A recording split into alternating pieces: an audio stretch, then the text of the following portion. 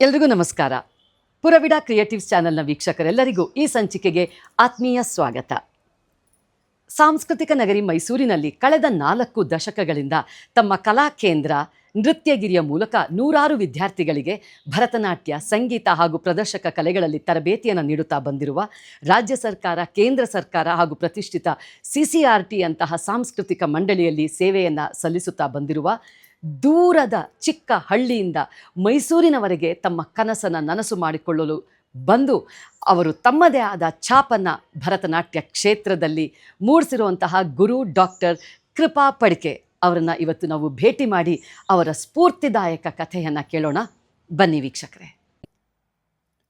ಖ್ಯಾತ ನೃತ್ಯ ಕಲಾವಿದರು, ನೃತ್ಯ ಪೋಷಕರು, ನೃತ್ಯ ಗುರುಗಳಾದಂತಹ ಡಾಕ್ಟರ್ ಕೃಪಾ ಪಡ್ಕೆ ಅವರಿಗೆ ನಮಸ್ಕಾರಗಳು. ನಮಸ್ತೆ ಯಮುನ. ಹೇಗಿದ್ದೀರಾ? ಚೆನ್ನಾಗಿದ್ದೀನಿ, ತುಂಬ ಚೆನ್ನಾಗಿದ್ದೀನಿ. ನೀವಿಷ್ಟು ಉತ್ಸಾಹದಿಂದ ಬಂದದ್ದು ನೋಡಿ ನಾನು ಇನ್ನೂ ತುಂಬ ಚೆನ್ನಾಗಿದ್ದೀನಿ. ಸಾಧಕರ ಜೊತೆ ನನಗೆ ಸಂವಾದ ಇದೆ ಅಥವಾ ಅವ್ರ ಜೊತೆಗೆ ಒಡನಾಟ ಇದೆ ಅನ್ನುವಾಗ ಆ ಸ್ಫೂರ್ತಿ ತಾನಾಗೆ ಬರುತ್ತೆ. ಆಮೇಲೆ ನಿಮ್ಮನ್ನು ಯಾವಾಗಲೂ ಭೇಟಿ ಮಾಡೋದಿದೆಯಲ್ಲ, ನನಗೊಂಥರ ತುಂಬ ಖುಷಿ ಕೊಡುತ್ತೆ.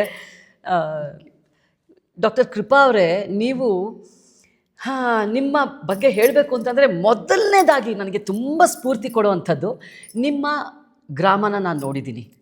ಬೆಳ್ತಂಗಡಿ ಅಂದರೆ ಒಂದು ಒಳ್ಳೆ ಕಮ್ಯೂಟಿಂಗೇ ಇಲ್ಲ ಅಂಥ ಒಂದು ರಿಮೋಟ್, ಒಂದು ದೂರದ ಒಂದು ಹಳ್ಳಿಯಿಂದ ಅಲ್ಲಿ ನೀವು ಹುಟ್ಟಿ ಬೆಳೆದಂಥವ್ರು ಈ ಥರದ ಒಂದು ಕನಸನ್ನ ಕಟ್ಕೊಂಡು ಅಲ್ಲಿ ಭರತನಾಟ್ಯ ಕಲಿಯೋದು, ಸಂಗೀತ ಕಲಿಯೋದು ಅಂತ ಅಂದರೆ ಅದೊಂದು ಅಸಾಧ್ಯವಾದಂಥ ಸಾಧನೆನೇ ಅದು. ಆ ರೀತಿಯಾದಂಥ ಕನಸನ್ನು ಇಟ್ಕೊಂಡು ಅದನ್ನು ಸಾಧನೆ ಮಾಡಿದ್ರಿ ನೀವು. ಇವತ್ತು ಯಾವ ಮಟ್ಟಕ್ಕೆ ನಿಮ್ಮ ಒಂದು ಸಾಧನೆ ತಲುಪಿದೆ ಅಂತ ಅಂದರೆ ಅದು ಒಂದು ಸ್ಫೂರ್ತಿದಾಯಕ. ನಮಗೆ ನಿಮ್ಮ ಆ ಪಯಣ ಏನಿದೆ ಅಲ್ಲ, ಅದು ತುಂಬ ಜನರಿಗೆ ಸ್ಫೂರ್ತಿ ನೀಡುವಂಥದ್ದು. ಮೊದಲಿಗೆ ನಾನು ಅದ್ರ ಬಗ್ಗೆ ಮಾತನಾಡೋದಕ್ಕೆ ಇಷ್ಟಪಡ್ತೀನಿ. ನಿಮ್ಮ ಆ ಕಠಿಣ ಶ್ರಮ ಹೇಗಿತ್ತು?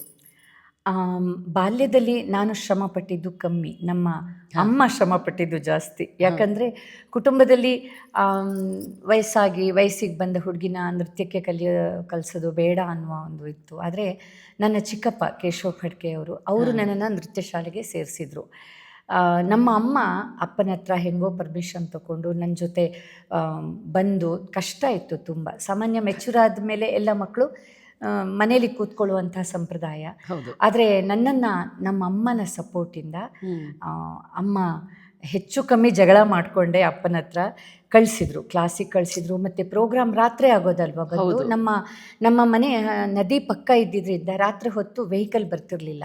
ಆದ್ದರಿಂದ ನಾವು ರಾತ್ರಿ 2 ಗಂಟೆ 3 ಗಂಟೆಗೆ ಬಂದಿದ್ದು ಇದೆ. ಅಲ್ಲೊಂದು ಪಕ್ಕ ನಮ್ಮ ಅಂದರೆ ಬೆಳ್ತಂಗಡಿ ತಾಲೂಕು ಸೆಂಟರ್, ಅಲ್ಲಿ ಒಬ್ಬರ ಮನೆಯಲ್ಲಿ ಪರಿಚಯ ಮಾಡಿ ರಾತ್ರಿ ಹೊತ್ತು ನಾವು ಅಲ್ಲಿ ಉಳ್ಕೊಂಡು ಬೆಳಗ್ಗಿನ ಜಾವ 5:30ಗೆ ಅಮ್ಮ ಬಂದು ಕರ್ಕೊಂಡು ಹೋಗೋರಿಲ್ಲ, ನಾವು ಓಡ್ಕೊಂಡು ಹೋಗೋದು ಗದ್ದೆ ಹುಣಿ ಮೇಲೆ. ಅಂದರೆ ಯಾರಾದರೂ ನೋಡಿದರೆ ಏನು ಅನ್ಕೋತಾರೋ, ರಾತ್ರಿ ಹೊತ್ತು ಎಲ್ಲೆಲ್ಲೋ ಇರ್ತಾರೆ ಈ ಥರದ್ದೆಲ್ಲ ಸಣ್ಣ ಪುಟ್ಟದ್ದು. ಬಟ್ ಅದನ್ನು ಎಲ್ಲವನ್ನ ಎದುರಿಸಿದ್ದು ನಮ್ಮ ಅಮ್ಮ ಮೊದಲು. ಆಮೇಲೆ ಅಪ್ಪ ಬೇರೆಯವ್ರು ಹೇಳಿದರು ನಿಮ್ಮ ಮಗಳು ಚೆನ್ನಾಗಿ ಡಾನ್ಸ್ ಮಾಡ್ತಾರೆ ಅಂತ. ಆಮೇಲೆ ಅಪ್ಪ ಬಂದು ನೋಡಿದಾಗ ಅವರಿಗೆ ಈ ಥರ ಎಲ್ಲ ಗೌರವಯುತವಾಗಿದೆ ಅನ್ನೋದು ಗೊತ್ತಿರಲಿಲ್ಲ. ಅವರಿಗೆ ಕಲೆಯಲ್ಲಿ ಆಸಕ್ತಿ ಇತ್ತು. ಮತ್ತೆ ಮಾತ್ರ ನನ್ನ ಕರೆದು, ನೀನು ಎಷ್ಟು ಬೇಕಾದರೂ ಕಲಿ, ಯಾರು ಏನು ಹೇಳಿದ್ರು ತೊಂದರೆ ಇಲ್ಲ, ನಾನು ನಿನಗೆ ಕಲಿಸ್ತೀನಿ ಅಂತ ಹೇಳಿದ್ರು. ಸೊ ಅದರಿಂದ ಬಾಲ್ಯದಲ್ಲಿ ಕಷ್ಟಪಟ್ಟಿದ್ದು ಅಪ್ಪ, ಅಮ್ಮ, ಚಿಕ್ಕಪ್ಪನೇ ಅವರು ಜಾಸ್ತಿ. ಆಮೇಲೆ ಅಮ್ಮನ ಕಡೆ ಕುಟುಂಬ ಎಲ್ಲ ಕಲಾವಿದರು. ಆದರೆ ನನ್ನ ಹತ್ರ ವೇದಿಕೆ ಕಲಾವಿದರದ್ದು ಆಗಿದ್ದು ಕಮ್ಮಿ. ಮುಂದಾಜೆ ನೃತ್ಯದಲ್ಲಿ ಇದ್ರು ನನ್ನ ಚಿಕ್ಕಮ್ಮ ಒಬ್ರು. ಅಂದರೆ ಒಂದು ಕ್ಲಾಸಿಗೆ ಹೋಗಿ ಅಂತ ಎಲ್ಲ ಕಲ್ತಿಲ್ಲ ಅವರು, ಹರಿಕತೆ ಮಾಡ್ತಿದ್ರು ಚಿಕ್ಕಮ್ಮ. ಆಸಕ್ತಿ ಬಂದಿದ್ದು ಹೇಗೆ ನೃತ್ಯದಲ್ಲಿ? ಅಂದ್ರೆ ಅದೇ ತಾಯಿಯ ಕಡೆಯ ಕುಟುಂಬ. ನಮ್ಮ ಅಜ್ಜ ಚೆಂಡೆ ನುಡಿಸ್ತಿದ್ರು. ಯಾರೇ ಯಕ್ಷಗಾನ ಕಲಾವಿದ್ರು ಬಂದ್ರು ಹಳ್ಳಿಗೆ, ಲಾಡ್ಜ್ಗಳೆಲ್ಲ ಇರ್ತಿರ್ಲಿಲ್ಲ. ನಮ್ಮ ಅಜ್ಜಿ ಮನೆಯಲ್ಲಿ ಊಟ ತಿಂಡಿ ಮಲ್ಕೊಳ್ಳೋದೆಲ್ಲ ಅಲ್ಲಿ. ಅಜ್ಜಿ ಹಾರ್ಮೋನಿಯಂ ನುಡಿಸ್ತಿದ್ರು. ನನ್ನ ಮಾವ ರಾಮಚಂದ್ರ ಭಟ್ ಅಂತ ಅವ್ರು ತಬ್ಲಾ ನುಡಿಸ್ತಿದ್ರು. ನಮ್ಮ ಅಮ್ಮ ಮತ್ತೆ ಚಿಕ್ಕಮ್ಮ ಜಯಪ್ರದ ಅಂತ ಅವ್ರು ಹಾಡ್ತಿದ್ರು. ಬಟ್ ಅಂದ್ರೆ ತಕ್ಕ ಮಟ್ಟಿಗೆ ಮನೆ ಮಟ್ಟಿಗೆ ಹಾಡೋದು, ಅಲ್ಲಿ ಹಳ್ಳಿ ನಾಟಕ ಮಾಡೋದು ಎಲ್ಲ ಇತ್ತು. ಆದರೆ ವೇದಿಕೆಗೆ ಹೊರಗೆ ಬಂದು ಮಾಡೋದೆಲ್ಲ ತುಂಬ ಕಮ್ಮಿ ಇತ್ತು. ಸಂಗೀತ ಮಾಸ್ಟರ್ ಆಗಲಿ ಎಲ್ಲರೂ ಮನೆಗೆ ಬಂದು ಪಾಠ ಮಾಡ್ಕೊಳ್ತಿದ್ರು. ಇದು ಸುಮಾರು ಒಂದು 60 ವರ್ಷದ ಹಿಂದಿನ ಮಾತು. ನನ್ಗೀಗ 35 ವರ್ಷದ ಹಿಂದಿನ ಮಾತು ನಾನು ಆಡ್ತಾ ಇರೋದು. ಕಮಲಾಕ್ಷ ಆಚಾರ ಅಂತ ನನ್ನ ಗುರುಗಳು, ಅವ್ರದ್ದು ಒಂದೇ ಒಂದು ಸ್ಕೂಲ್ ಇದ್ದಿದ್ದು ಬೆಳ್ತಂಗಡಿಯಲ್ಲಿ. ಹೌದು, ಅವರು ವೃತ್ತಿಯಲ್ಲಿ ಡ್ರಾಯಿಂಗ್ ಟೀಚರ್ ಆಗಿದ್ರು. ಸ್ಯಾಟರ್ಡೆ ಸಂಡೇ ಮಾತ್ರ ಕ್ಲಾಸ್ ಮಾಡ್ತಾಯಿದ್ರು. ಏನೇ ಆದರೂ ಒಂದು ವಯಸ್ಸಿಗೆ ಬಂದ ಹೆಣ್ಮಕ್ಳು ನಿಲ್ಲಿಸ್ಬಿಡ್ತಿದ್ರು. ನಾನು ಮತ್ತು ನನ್ನ ಜೊತೆಗೆ ಒಬ್ಬರು ಕ್ರಿಶ್ಚಿಯನ್ ಹುಡುಗಿ ಯೌಲೀನ್ ಅಂತ ಅವ್ರು ಬರ್ತಿದ್ರು. ಹಾಗೆ ನಾವಿಬ್ಬರೇ ದೊಡ್ಡವರು, ಬೇರೆಯವರೆಲ್ಲ ನಿಲ್ಲಿಸ್ಬಿಟ್ರು ಕ್ಲಾಸ್. ಹೌದು. ಆಗ ಸ್ವಲ್ಪ ಜನ ಆಡ್ಕೊಂಡಿದ್ದೂ ಇದೆ. ಮಗಳಿಗೇನೋ ಹುಚ್ಚು, ಈ ತಂದೆನೂ ಅವಳು ಹೇಳ್ದಂಗೆ ಕುಣಿತಾ ಇದ್ದಾರೆ, ಮದುವೆ ಮಾಡೋದು ಬಿಟ್ಟು ಕುಣಿತಾ ಇದ್ದಾರೆ ಅಂತಾನೆ ಹೇಳ್ತಿದ್ರು. ಅಪ್ಪ ಯಾವುದನ್ನು ಕೇರ್ ಮಾಡಿಲ್ಲ. ಅದೇ ಜನ ಇವಾಗ ತುಂಬ ಸಂಭ್ರಮ ಪಡ್ತಾರೆ. ನಾವು ಅದನ್ನ ಪಾಸಿಟಿವ್ ಮಾತ್ರ ತಗೋಬೇಕು. ಕರೆಕ್ಟ್. ಸೊ ಆಮೇಲೆ ನಾನು ನನಗೆ ಎಲ್ಲೇ ಸನ್ಮಾನ ಆದರೂ ಹೇಳ್ತಿದ್ದೆ, ಇದು ಅಪ್ಪ ಅಮ್ಮನಿಗೆ ಸೇರಬೇಕು ನನ್ನ ಸನ್ಮಾನ ಅಂತ. ಸೊ ಚಿಕ್ಕಪ್ಪ, ನಮ್ಮ ಫ್ಯಾಮಿಲಿ ಸ್ವಲ್ಪ ಎಲ್ಲ ವಿಷಯದಲ್ಲೂ ಬ್ರಾಡ್ ಮೈಂಡೆಡ್, ತುಂಬ ಕಲೆಯಲ್ಲಿ ಆಸಕ್ತಿ ಇದ್ದವರು. ನಮ್ಮ ತಂದೆಯ ಕಡೆ ಶೈಕ್ಷಣಿಕವಾಗಿ ಬಹಳ ಮಹತ್ವ. ನಮ್ಮ ತಂದೆಯ ತಂದೆ ಮಾಸ್ಟರ್ ಆಗಿದ್ದವರು. ಹಾಗೆ ಅಂತೂ ಯಾರು ಬೇಡ ಅಂತ ಹೇಳಲಿಲ್ಲ ನನಗೆ ನಮ್ಮ ಕುಟುಂಬದಲ್ಲಿ. ತಾಯಿ ಮನೆ ಕಡೆ ಇರ್ಬೋದು, ತಂದೆ ಮನೆ ಕಡೆ. ಹಾಗೆ ಒಬ್ಬ ಬೆಳಗಾವಿ ಸೈಡ್ ಒಂದು ಹುಡುಗನೂ ಕೂಡ ನೋಡಿದ್ರು. ನಮ್ಮ ಅಪ್ಪನ ಹತ್ರ ಹೋಗಿ ರಿಕ್ವೆಸ್ಟ್ ಮಾಡಿದೆ, ಅಪ್ಪ ನಾನು ಇದೊಂದು ಅವಕಾಶ ಕೊಡು ಡಾನ್ಸ್ ಕಲಿಯೋಕ್ಕೆ, ನನಗೆ ಈಗ ಸೆಕೆಂಡ್ PUC ಆಗಿತ್ತಷ್ಟೇ. ಹೌದು. ನನಗೆ ಮದುವೆ ಬೇಡ, ನನಗೆ ಮೈಸೂರಿಗೆ ಕಳಿಸು ಅಂತ. ಅದೊಂದು ಕಥೆ. ಅಂದರೆ ಇದು ವಿದ್ವಾನ್ AV ಪ್ರಕಾಶ್ ಸರ್ ಅಂತ. ನಾನೊಂದು ಎಕ್ಸಿಬಿಷನಲ್ಲಿ ಆವಾಗ ಮೈಸೂರು ದಸರಾ ವಸ್ತು ಪ್ರದರ್ಶನದಲ್ಲಿ ಪ್ರೋಗ್ರಾಮ್ ಅಂದರೆ ದೊಡ್ಡ ವಿಷಯ ನಮ್ಮೂರಲ್ಲಿ.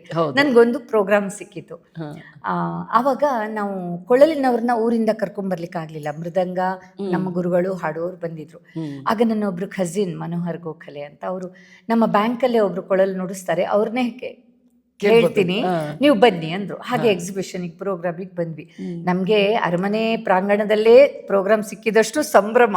ಮೈಸೂರು ವಸ್ತು ಪ್ರದರ್ಶನದ ಅಲ್ಲಿ ಸಿಕ್ತು ಅಂತ. ಅಲ್ಲಿ ನನ್ನ ಕಾರ್ಯಕ್ರಮ ಆದಮೇಲೆ AV ಪ್ರಕಾಶ್ ಮಿಶ್ರು ಕರೆದು ಹೇಳಿದರು ನಮ್ಮ ಅಪ್ಪನ ಹತ್ರ, ಈ ಹುಡುಗಿಗೆ ಟ್ಯಾಲೆಂಟ್ ಇದೆ, ಹಳ್ಳಿಯಲ್ಲಿ ಇರಿಸ್ಬೇಡಿ, ದಯಮಾಡಿ ನೀವು ಮೈಸೂರಿಗೆ ಕರೆಸಿ, ನಾನೊಬ್ಬ ಒಳ್ಳೆ ಗುರುಗಳ ಪರಿಚಯ ಮಾಡಿಕೊಡ್ತೀನಿ ಅಂತ. ಹಾಗೆ ನಾನು ಬಂದೆ.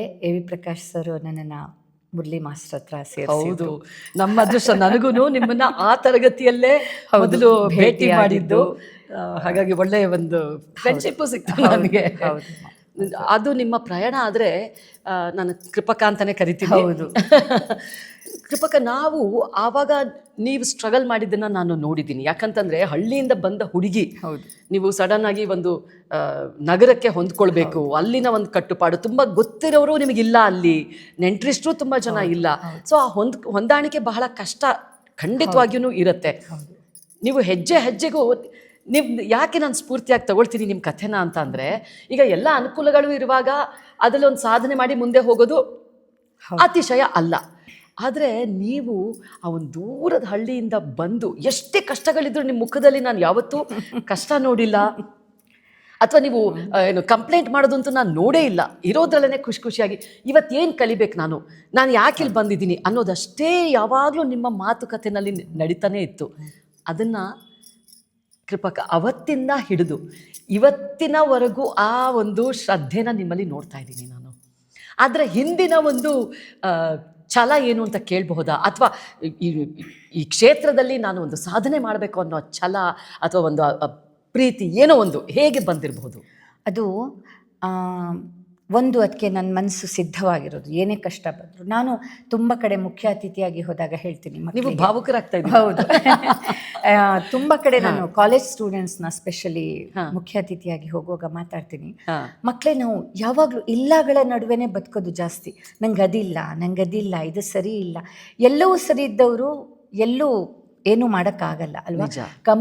ಕಮಲ ಹುಟ್ಟೋದು ಕೆಸರಿನಲ್ಲೇ. ಆದ್ದರಿಂದ ಎಲ್ಲ ಮಕ್ಕಳಿಗೂ ನಾನು ಅದೇ ಹೇಳೋದು, ನೀವು ದೊಡ್ಡವರ ಸಾಧನೆ ಬಗ್ಗೆ ನೋಡಬೇಡಿ, ನಿಮ್ಮ ಹತ್ರನೇ ಎಲ್ಲ ಇದೆ. ದೊಡ್ಡವರ ಸಾಧನೆ ಬಗ್ಗೆ ಸ್ಫೂರ್ತಿ ತಗೋಬೇಕು ನಿಜ. ಆದರೆ ಅಪ್ಪ ಅಮ್ಮನ ಹತ್ರ ಜಗಳ ಮಾಡೋದು ಅಥವಾ ನಮಗೆ ಒಳ್ಳೆ ಸ್ಕೂಲಿಗೆ ಸೇರಿಸಲಿಲ್ಲ ಅನ್ನೋದು, ಇದೆಲ್ಲ ಬರೀ ಸುಳ್ಳು. ನಿಮ್ಮ ಅಂತಃಶಕ್ತಿ ಗಟ್ಟಿಯಾಗಿದ್ದರೆ ನೀವು ಯಾವುದ್ರಲ್ಲಿ ಬೇಕಾದರೂ ಸಾಧನೆ ಮಾಡೋಕ್ಕಾಗುತ್ತೆ. ಏನಾದರೂ ಮಾಡಿ, ಒಂದು ಟೈಲರಿಂಗ್ ಮಾಡಿ ಅದರಲ್ಲಿ ನೀವು ದೊಡ್ಡ ಸಾಧನೆ ಒಳ್ಳೆ ವಿಷಯ ಎಲ್ಲಿದೆ ಜನ ಬರ್ತಾರೆ ಹುಡ್ಕೊಂಡು. ಆದರೆ ನಾವು ಮೊದಲು ಒಳ್ಳೆಯವರಾಗಬೇಕು. ನಾನು ಎಲ್ಲ ಕಡೆ ಅದೇ ಹೇಳೋದು, ಇಲ್ಲಗಳ ನಡುವೆ ಬದುಕಬೇಡಿ. ನಮ್ಗೆ ಏನಿದೆ, ಕೈ ಇಲ್ಲದೆ ಇದ್ದವರು ಡಾನ್ಸ್ ಮಾಡ್ತಾರೆ, ಕಾಲಿಲ್ಲದೆ ಇದ್ದವರು ನಾವೆಲ್ಲ ದೇವರು ನಮ್ಗೆ ಕೊಟ್ಟಿದ್ದಾಗ ನಮ್ಗೆ ಅದಿಲ್ಲ, ನಮಗಿದಿಲ್ಲ ಅಂತ ಪೇರೆಂಟ್ಸ್ಗೆ ಕಂಪ್ಲೇಂಟ್ ಮಾಡೋದು ಜಾಸ್ತಿ ಮಕ್ಕಳು. ಅಥವಾ ನಮ್ಮ ಸ್ಕೂಲ್ ಸರಿ ಇಲ್ಲ, ನೀನು ಸರಿ ಇದ್ರಿಗೆ ಸ್ಕೂಲ್ ಚೆನ್ನಾಗಿರುತ್ತೆ.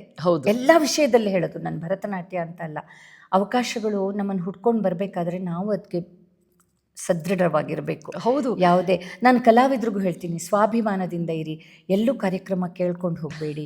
ನಮ್ಮ ಗುರುಗಳು ಹೇಳಿದ್ದು, ಮುರಳಿ ಮಾಸ್ಟರ್ ಹೇಳಿದ್ದು ಇದನ್ನು, ಹೌದು. ನೀವು ಯಾವಾಗಲೂ ಅಭ್ಯಾಸದಲ್ಲಿ ಇರಬೇಕು. ಅವಕಾಶ ಬಂದಾಗ ನಾನು ರೆಡಿ ಇಲ್ಲ ಅಂತ ಹೇಳಬಾರ್ದು. ನೀವು ಅವಕಾಶಕ್ಕೋಸ್ಕರ ಕಾಯಬಾರ್ದು, ನೀವು ಪ್ರಾಕ್ಟೀಸ್ ಮಾಡ್ತಾ ಇರಬೇಕು. ಅವಕಾಶಗಳು ಬಂದೇ ಬರ್ತದೆ ಅಂತ. ನನ್ನ ಜೀವನದಲ್ಲಿ ನಾನು ಪುಸ್ತಕ ನೋಡಿ ಅವರನ್ನು ಇವ್ರನ್ನ ನೋಡಿ ಕಲ್ತಿರೋದಕ್ಕಿಂತ ನನ್ನ ಕೆಲವು ಗುರುಗಳನ್ನು ನೋಡಿ ಕಲ್ತಿರೋದೇ ಜಾಸ್ತಿ ಇದೆ. ಜಾಸ್ತಿ ಇದೆ. ಅವ್ರು ಹೇಳುವ, ನನಗೆ ನನ್ನ ಅದೃಷ್ಟ, ನಮ್ಮ ಗುರುಗಳು ಏನಂದರೆ ಅವರವ್ರ ಮನೆಗೇ ಹೋಗಿ ಪಾಠ ಮಾಡ್ತಿದ್ರು. ನಾನಿದ್ದಿದ್ದೇ ನನ್ನ ಚಿಕ್ಕಮ್ಮನ ಮನೆಯಲ್ಲಿ, ಮೈಸೂರಿನಲ್ಲಿ. ಅದು NR ಮಹಲ್ದಲ್ಲಿತ್ತು. ಅಷ್ಟು ದೂರ ಬರಲಿಕ್ಕಾಗಲ್ಲ ಹೇಳಿದರು. ಆದ್ದರಿಂದ ಅತ್ಯಂತ ಪ್ರಖ್ಯಾತ ವಿಜ್ಞಾನಿ, ಕಲಾಲೇಖಕರು GT ನಾರಾಯಣರಾವ್ ಅವ್ರ ಮನೆಯಲ್ಲಿ ನೀವು ಅಲ್ಲೇ ಬರ್ತಿದ್ರಿ. ಹೌದು. ಅಲ್ಲಿ ಏನಾಗ್ತಿತ್ತು ನನಗೆ, ಅವರಿಬ್ಬರ ಒಂದು ಉನ್ನತ ಶಿಖರದಂತಿರುವ ಅವರಿಬ್ಬರು, ಈ ಮಧ್ಯ ಅವರ GT ನಾರಾಯಣರಾವ್ ಅವರ ಹೆಂಡತಿ ಲಕ್ಷ್ಮಿ ಅಮ್ಮ ಟೀ ತಂದುಕೊಡೋರು. ಆಗ GT ನಾರಾಯಣರಾವ್ ಮೇಲ್ಗಡೆ ರೂಮ್ ಇತ್ತು ಅವ್ರದ್ದು, ಅವ್ರು ಇಳಿದು ಬರೋದು, ನಮ್ಮ ಗುರುಗಳು, ನನಗೂ ಒಂದು ಸ್ವಲ್ಪ ಟೀ ಸಿಗ್ತಿತ್ತು. ಅವರಿಬ್ಬರು ಮಾತಾಡ್ಕೊಳ್ಳುವಾಗ ನಾನು ಸುಮ್ಮನೆ ಕೇಳಿಸ್ಕೊತಿದ್ದೆ. ಇಬ್ಬರು ಮೇರು ಶಿಖರ. ನಿಜ. ಅವರ ಮಾತುಗಳು ಯಾವುದೂ ಸಹಜವಾಗಿರಲಿಲ್ಲ, ಅಥವಾ ಹಾಸ್ಯ ಮಾಡಿದ್ರು ಅದರಲ್ಲಿ ಏನಾದರೂ ಒಂದು ಮೆಸೇಜ್ ಇರ್ತಿತ್ತು. ಹೌದು. ಸೊ ಅಂಥ ವಿಶೇಷ ವ್ಯಕ್ತಿಗಳ ಒಡನಾಟ, ಅವರನ್ನು ನೋಡಿದ್ದು ನಂಗೆ ಅದೇ ತುಂಬ. ಹೌದು.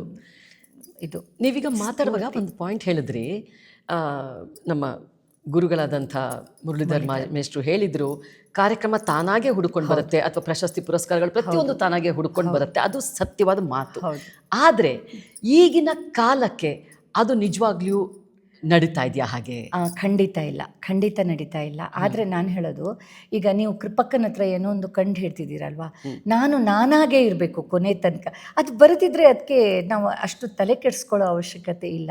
ನಿಮ್ಮಂಥವ್ರು ಜನರು ನಮ್ಮನ್ನು ಗುರುತಿಸ್ತಾರಲ್ಲ, ಕಲೆಗೊಂದು ಬೆಲೆ ಇದೆ ಅಂತ ನಿಮಗೆ ಗೊತ್ತು. ಹೌದು. ಈಗ ಮೊನ್ನೆ ಒಂದು ಸಣ್ಣ ಒಂದು ಜೋಕ್ ನೋಡಿದೆ, ಆದರೆ ನಾನು ಅದ್ರ ಬಗ್ಗೆ ತುಂಬ ಯೋಚನೆ ಮಾಡಿದೆ. ಒಬ್ಬರು ಫೇಸ್ಬುಕ್ಕಲ್ಲಿ ಹಾಕಿದ್ರು, ರಾಜ್ಯೋತ್ಸವ ಪ್ರಶಸ್ತಿ ಅನೌನ್ಸ್ ಆದ ಕೂಡಲೇ ಪ್ರಶಸ್ತಿಯನ್ನು ಪಡೆದುಕೊಂಡವರಿಗೂ ಪ್ರಶಸ್ತಿಯನ್ನು ಗಿಟ್ಟಿಸ್ಕೊಂಡವರಿಗೂ ಅಭಿನಂದನೆಗಳು ಅಂತ ಏನೋ ಒಂದು ಜೋಕ್ ಹಾಕಿದ್ರು.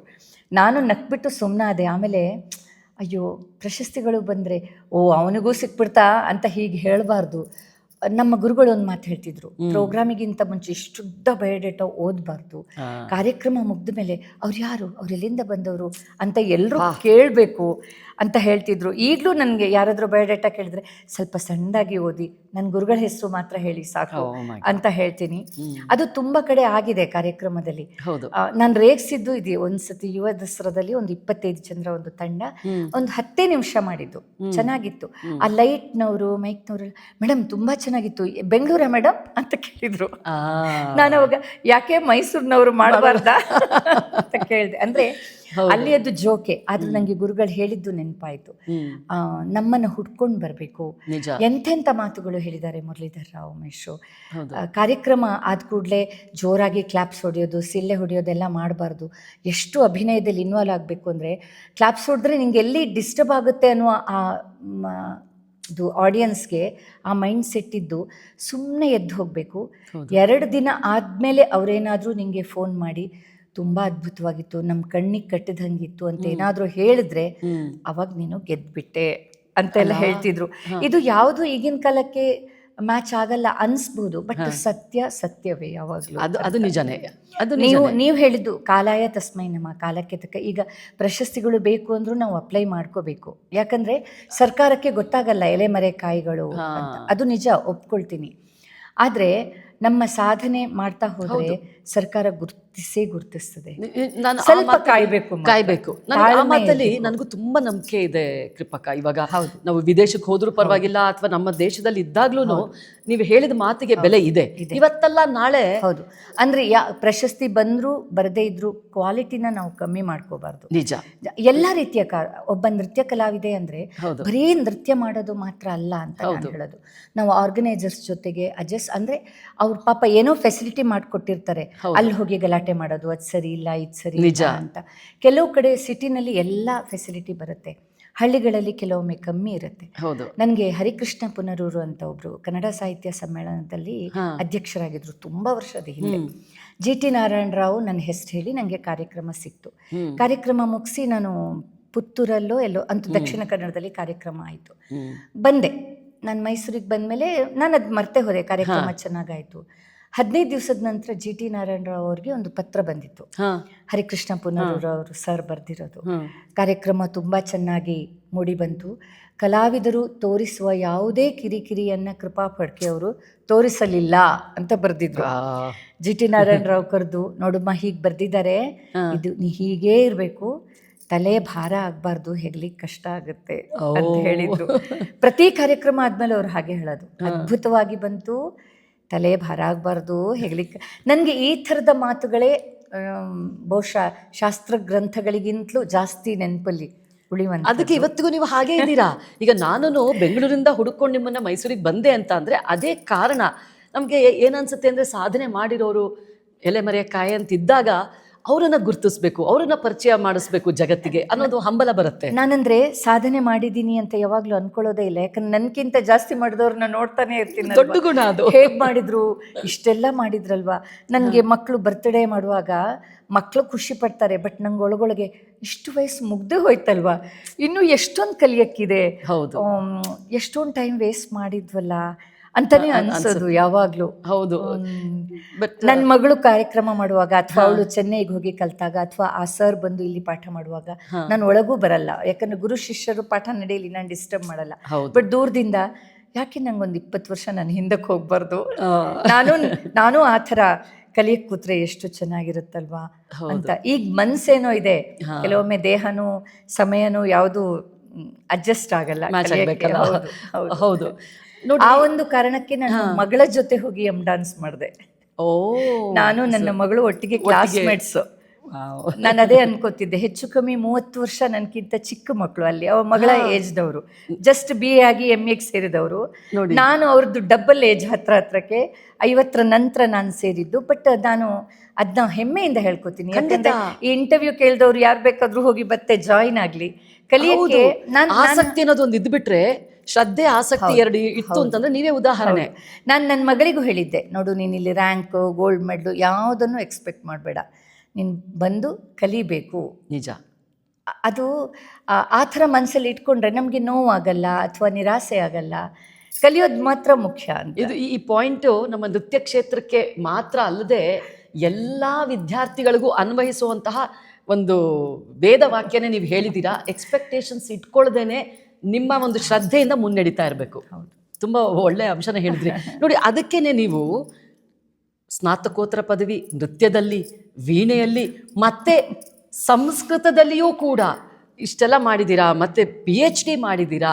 ಇದೆಲ್ಲ ಮಾಡಬೇಕಂದ್ರೆ ಅದರಲ್ಲೂ ಏನು ನಿಮ್ಮ ಒಂದು ಆ ಒದ್ದಾಟದೊಳಗೆ ಯಾವುದು ಎಲ್ಲ ಕಂಫರ್ಟಬಲ್ ಆಗಿ ಬನ್ನಿ ಮಾಡಿ ಎಲ್ಲ ಚೆನ್ನಾಗಿದೆ ಅನ್ನೋ ಪರಿಸ್ಥಿತಿ ಅಲ್ಲದೆ ಒದ್ದಾಟದಲ್ಲೇ ನೀವು ಇಷ್ಟೆಲ್ಲ ಸಾಧನೆ ಮಾಡಿರೋರು, ಇನ್ನೆಲ್ಲ ನಿಮಗೆ ಚೆನ್ನಾಗಿ ದೊರಕ್ಬಿಟ್ಟಿದ್ದಿದ್ರೆ ಅಂತ ಅನ್ಸುತ್ತೆ. ಆದರೆ ಹಾಗೂ ಹೇಳಕ್ ಬರಲ್ಲ, ಯಾಕಂದ್ರೆ ನಿಮ್ಮ ಇದರಲ್ಲಿ ಏನು ಒಂದು ಫೈರ್ ಇರುತ್ತಲ್ವಾ, ಅದು ಇದನ್ನೆಲ್ಲ ಮಾಡಿಸಿರುತ್ತೆ. ಅದು ನನ್ನ ಅದೃಷ್ಟ ಕೂಡ. ನನಗೆ ಎಲ್ಲ ಫೀಲ್ಡಲ್ಲೂ ಸಿಕ್ಕಿದ ಗುರುಗಳು ಹಾಗಿದ್ರು. ನನ್ನನ್ನು ಅರ್ಥ ಮಾಡಿಕೊಂಡು ಆಯ್ತಮ್ಮ ಇಷ್ಟಾದರೂ ಮಾಡ್ತೀಯಲ್ಲ ಮಾಡು ಅನ್ನೋ ಆ ಸಪೋರ್ಟಿಂಗ್ ನೇಚರ್, ಮತ್ತು ಕುಟುಂಬದಲ್ಲಿ ಕೂಡ ಸಪೋರ್ಟಿಂಗ್ ನೇಚರ್. ಆದ್ರಿಂದ ಅದು ತಾನಾಗಿ ಆಗೋಯ್ತು ಅನ್ಸುತ್ತೆ. ನಾನು ಮಾಡಿದೆ ಅನ್ನೋದಕ್ಕಿಂತ ತಾನಾಗಿ ಆಯ್ತು ಅದು. ನನ್ನ ಅನುಭವದಲ್ಲಿ ಆ ಸಪೋರ್ಟ್ ಯಾವಾಗ ಬರುತ್ತೆ ಗೊತ್ತಾ, ನಿಮ್ಮಲ್ಲಿ ಆ ಶ್ರದ್ಧೆ, ನಿಮ್ಮಲ್ಲಿ ಆ ಪ್ರತಿಭೆ ನೋಡಿದಾಗ ಎಲ್ರಿಗೂ ಅನಿಸುತ್ತೆ ಇನ್ನು ನಾವು ಏನಾದರೂ ಬೆಂಬಲ ಕೊಡಲೇಬೇಕು ಅಂತ ಅವಾಗ ಅನಿಸಿರುತ್ತೆ. ಆಮೇಲೆ ನಿಮ್ಮ ಒಂದು ನನಗೆ ಮತ್ತೊಂದು ತುಂಬ ಮನಮುಟ್ಟದಂಥ ವಿಚಾರ ನಿಮ್ಮ ಬಗ್ಗೆ. ಇವಾಗ ಕಲೆ ವಿಲಾಸಕ್ಕಲ್ಲ, ಅದಿರೋದು ನಮ್ಮ ಆತ್ಮ ವಿಕಾಸಕ್ಕೆ ಅನ್ನೋ ಸ್ವಾಮಿ ವಿವೇಕಾನಂದರ ಮಾತನ್ನ ಅಕ್ಷರ ಸಹ ಪಾಲಿಸ್ತಾ ಇದ್ದೀರಾ ನೀವು. ಈ ನೃತ್ಯವನ್ನ ಈಗ ಸಭೆಗಳಿಗೆ, ಆಡಿಟೋರಿಯಂಗಳಿಗೆ ಬಂದು ವೀಕ್ಷಿಸಿ ಕಣ್ ತುಂಬಿಕೊಳ್ಳುವಂತಹ ಅವಕಾಶ ಇಲ್ಲದೇ ಇರೋರಿಗೆ ಅವರದೇ ಜಾಗಕ್ಕೆ, ಅಂದರೆ ಕಾರಾಗೃಹ ಇರಬಹುದು, ಅನಾಥಾಶ್ರಮ ಇರಬಹುದು, ವೃದ್ಧಾಶ್ರಮ ಇರಬಹುದು, ನೀವು ಅಲ್ಲಿಗೆ ಹೋಗಿ ಅವರಿಗೆ ಈ ಒಂದು ಪರಮಾನಂದವನ್ನು ನೀವು ನೀಡ್ತಾ ಇದ್ದೀರಾ ನೃತ್ಯ ಸಂಗೀತದ ಮೂಲಕ. ಈ ಒಂದು ಆಲೋಚನೆ ನಿಮಗೆ ಯಾಕೆ ಬಂತು, ಯಾವಾಗ ಬಂತು? ತುಂಬ ಕಳೆದ 30 ವರ್ಷಗಳಿಂದಲೂ ನಾನು ಇದನ್ನು ನಿಧಾನಕ್ಕೆ ಮಾಡ್ತಾಯಿದ್ದೀನಿ. ಇತ್ತೀಚೆಗೆ ಬಹಳ ಟೈಟ್ ಶೆಡ್ಯೂಲ್ ಆದ್ದರಿಂದ ಅಪರೂಪ ಆಗಿದೆ. ಆದರೆ ಇದನ್ನು ಕೆಲವು ನನ್ನ ಶಿಷ್ಯರು ಕಂಟಿನ್ಯೂ ಮಾಡಿದ್ದಾರೆ. ಅದು ನಂಗೆ ತುಂಬ ಖುಷಿ ಆಗ್ತಾ ಇದೆ ಸಮಯದ ಅಭಾವದಿಂದ. ಬಟ್ ನನಗೆ ಯಾವಾಗಲೂ ಹಾಗೆ ಅನಿಸೋದು, ಸಾವಿರಾರು ಜನ ಇರುವ ಬದಲು ನಿಮ್ಗೆ 50 ಜನ ಬಹಳ ಇಂಟಿಮೇಟ್ ಆಡಿಯನ್ಸ್ ಜೊತೆನೂ ಮಾಡಿದ್ರು. ನಾವು ಆತ್ಮತೃಪ್ತಿ ಇರಬೇಕು. ಎಷ್ಟೋ ಕಡೆ ಪ್ರೋಗ್ರಾಮ್ ಮಾಡಿದಾಗ ಏನೋ ಒಂದು ಮಾಡ್ತೀವಿ ಬರ್ತೀವಿ ಅನ್ನೋದಕ್ಕಿಂತ ನಾನು ಅನೇಕ ಉದಾಹರಣೆಗಳಿದೆ. ಅನಾಥಾಶ್ರಮದ್ದು ಒಂದು ವೃದ್ಧಾಶ್ರಮದ್ದು ಒಂದು ಉದಾಹರಣೆ.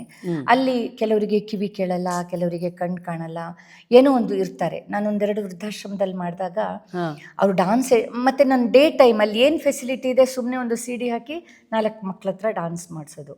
ಅವರು ಡಾನ್ಸ್ ಇಷ್ಟಪಡ್ತಾರೆ, ಅದಕ್ಕಿಂತ ಇಷ್ಟಪಡೋದು ಸುಮ್ಮನೆ ನನ್ನ ಕೈ ಮುಟ್ಟೋದು, ನನ್ನ ಸೊಸೆ ನಿನ್ನ ಥರನೇ ಇದ್ದಾಳೆ ಅನ್ನೋದು, ಆ ಮಕ್ಕಳನ್ನ ಮುದ್ದಾಡೋದು. ಅಂದರೆ ಅವರು ತಪ್ಪು ಮಾಡಿರ್ತಾರೋ ಅಥವಾ ಮಿಸ್ಅಂಡರ್ಸ್ಟ್ಯಾಂಡಿಂಗೋ ಏನೋ, ಸಮಯದ ಸಂದರ್ಭ ಒಂದೊಂದ್ಸಲಿ. ಕೆಲವರು ಖುಷಿಯಾಗಿ ಬಂದು ವೃದ್ಧಾಶ್ರಮಕ್ಕೆ ಸೇರಿದವರು ಇದ್ದಾರೆ, ಎಲ್ಲ ಥರ ಜನನೂ ಇದ್ದಾರೆ. ಈಗಿನ ವೃದ್ಧಾಶ್ರಮಗಳು ಅಂತೂ 3 ಸ್ಟಾರ್ ಹೋಟೆಲ್ಗಿಂತಲೂ ಜೋರಾಗಿರ್ತದೆ. ಆಸಕ್ತಿಯಿಂದ ಬಂದವರಿದ್ದಾರೆ, ನಾವು ಇಂಡಿಪೆಂಡೆಂಟ್ ಆಗಿರೋಣ ಅಂತ.